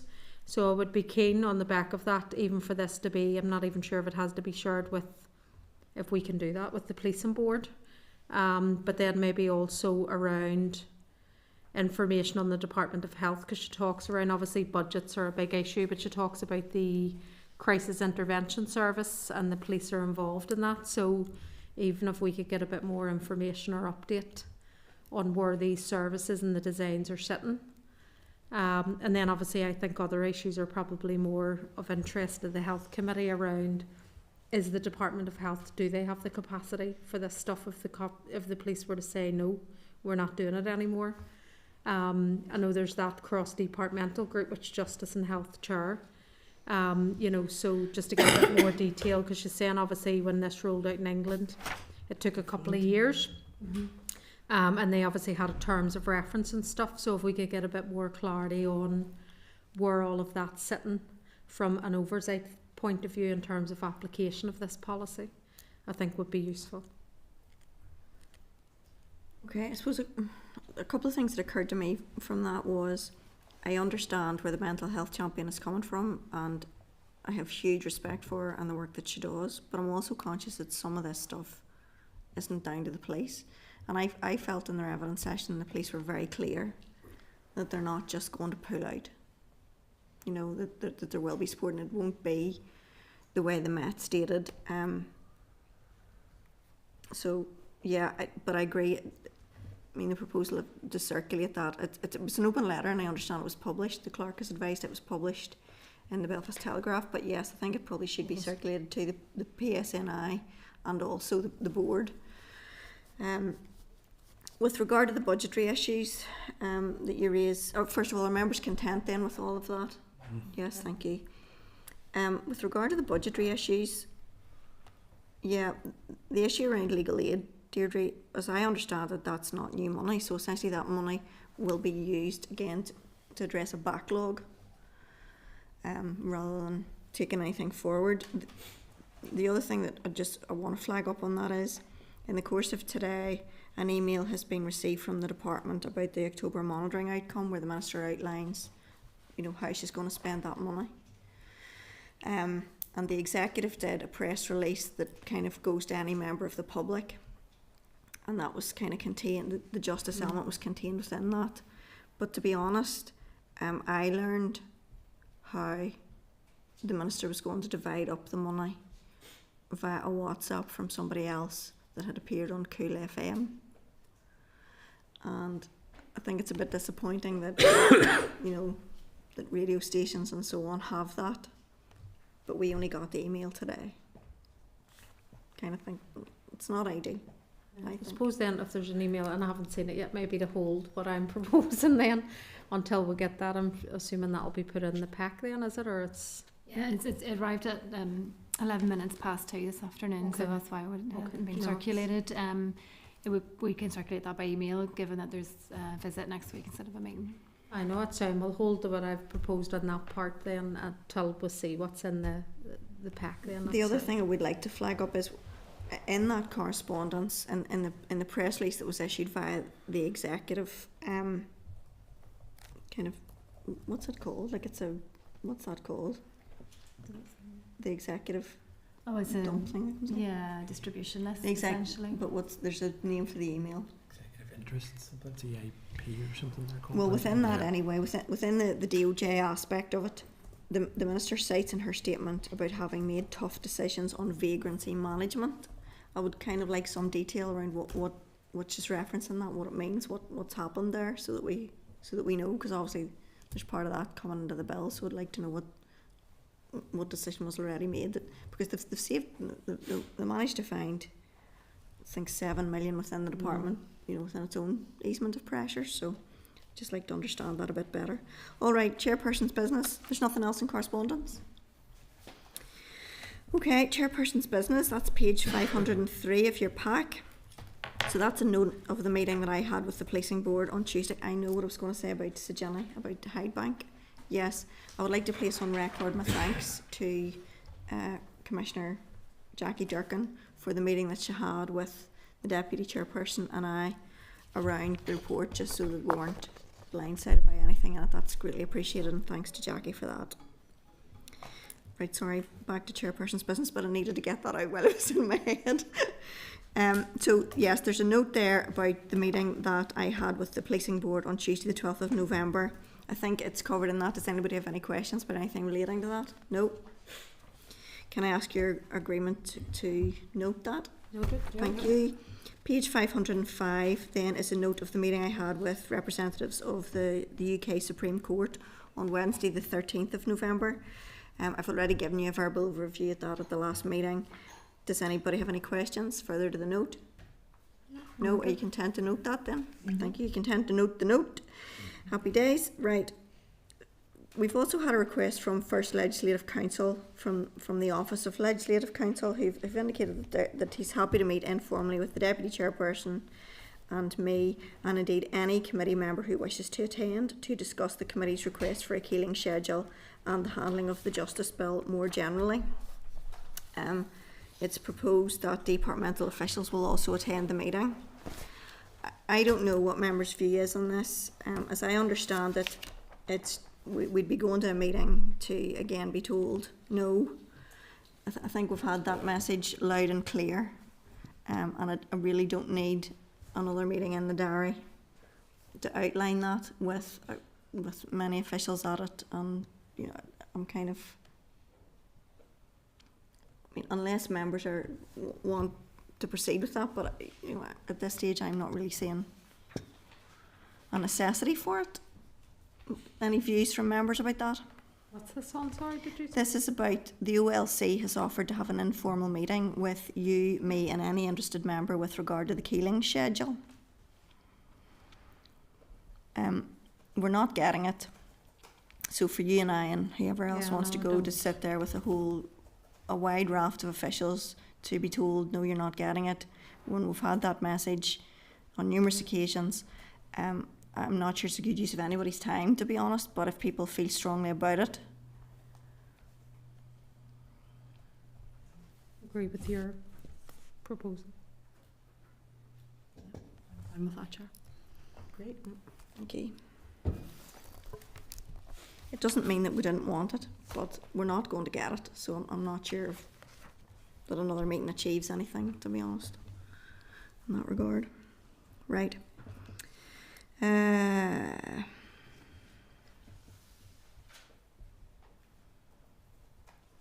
Yes, and obviously I've advised that the Deputy Chairperson I met with, Jackie Durkin, the Chief Inspector of Criminal Justice Inspection, and I've given you an update on that one too. Can I just bring to your attention the speakers event, which is the annual Human Rights Statement 2024. There's a launch invitation, just to flag it up. It was in our packs last week, and that'll be Baroness Chakrabarty. And if you want to attend that, please register directly. Any other business anybody wants to raise? No. So next week then we are heading to Inverary House. I really would encourage all members to attend that meeting. That's going to take place on Thursday the 5th of December at 2 p.m. And then after that, the following proper formal meeting of the committee is going to be Thursday the 5th of December at 2 p.m. in this room. Everybody fine? Yep. Thank you then, meeting adjourned. Committee Room 30. Sound.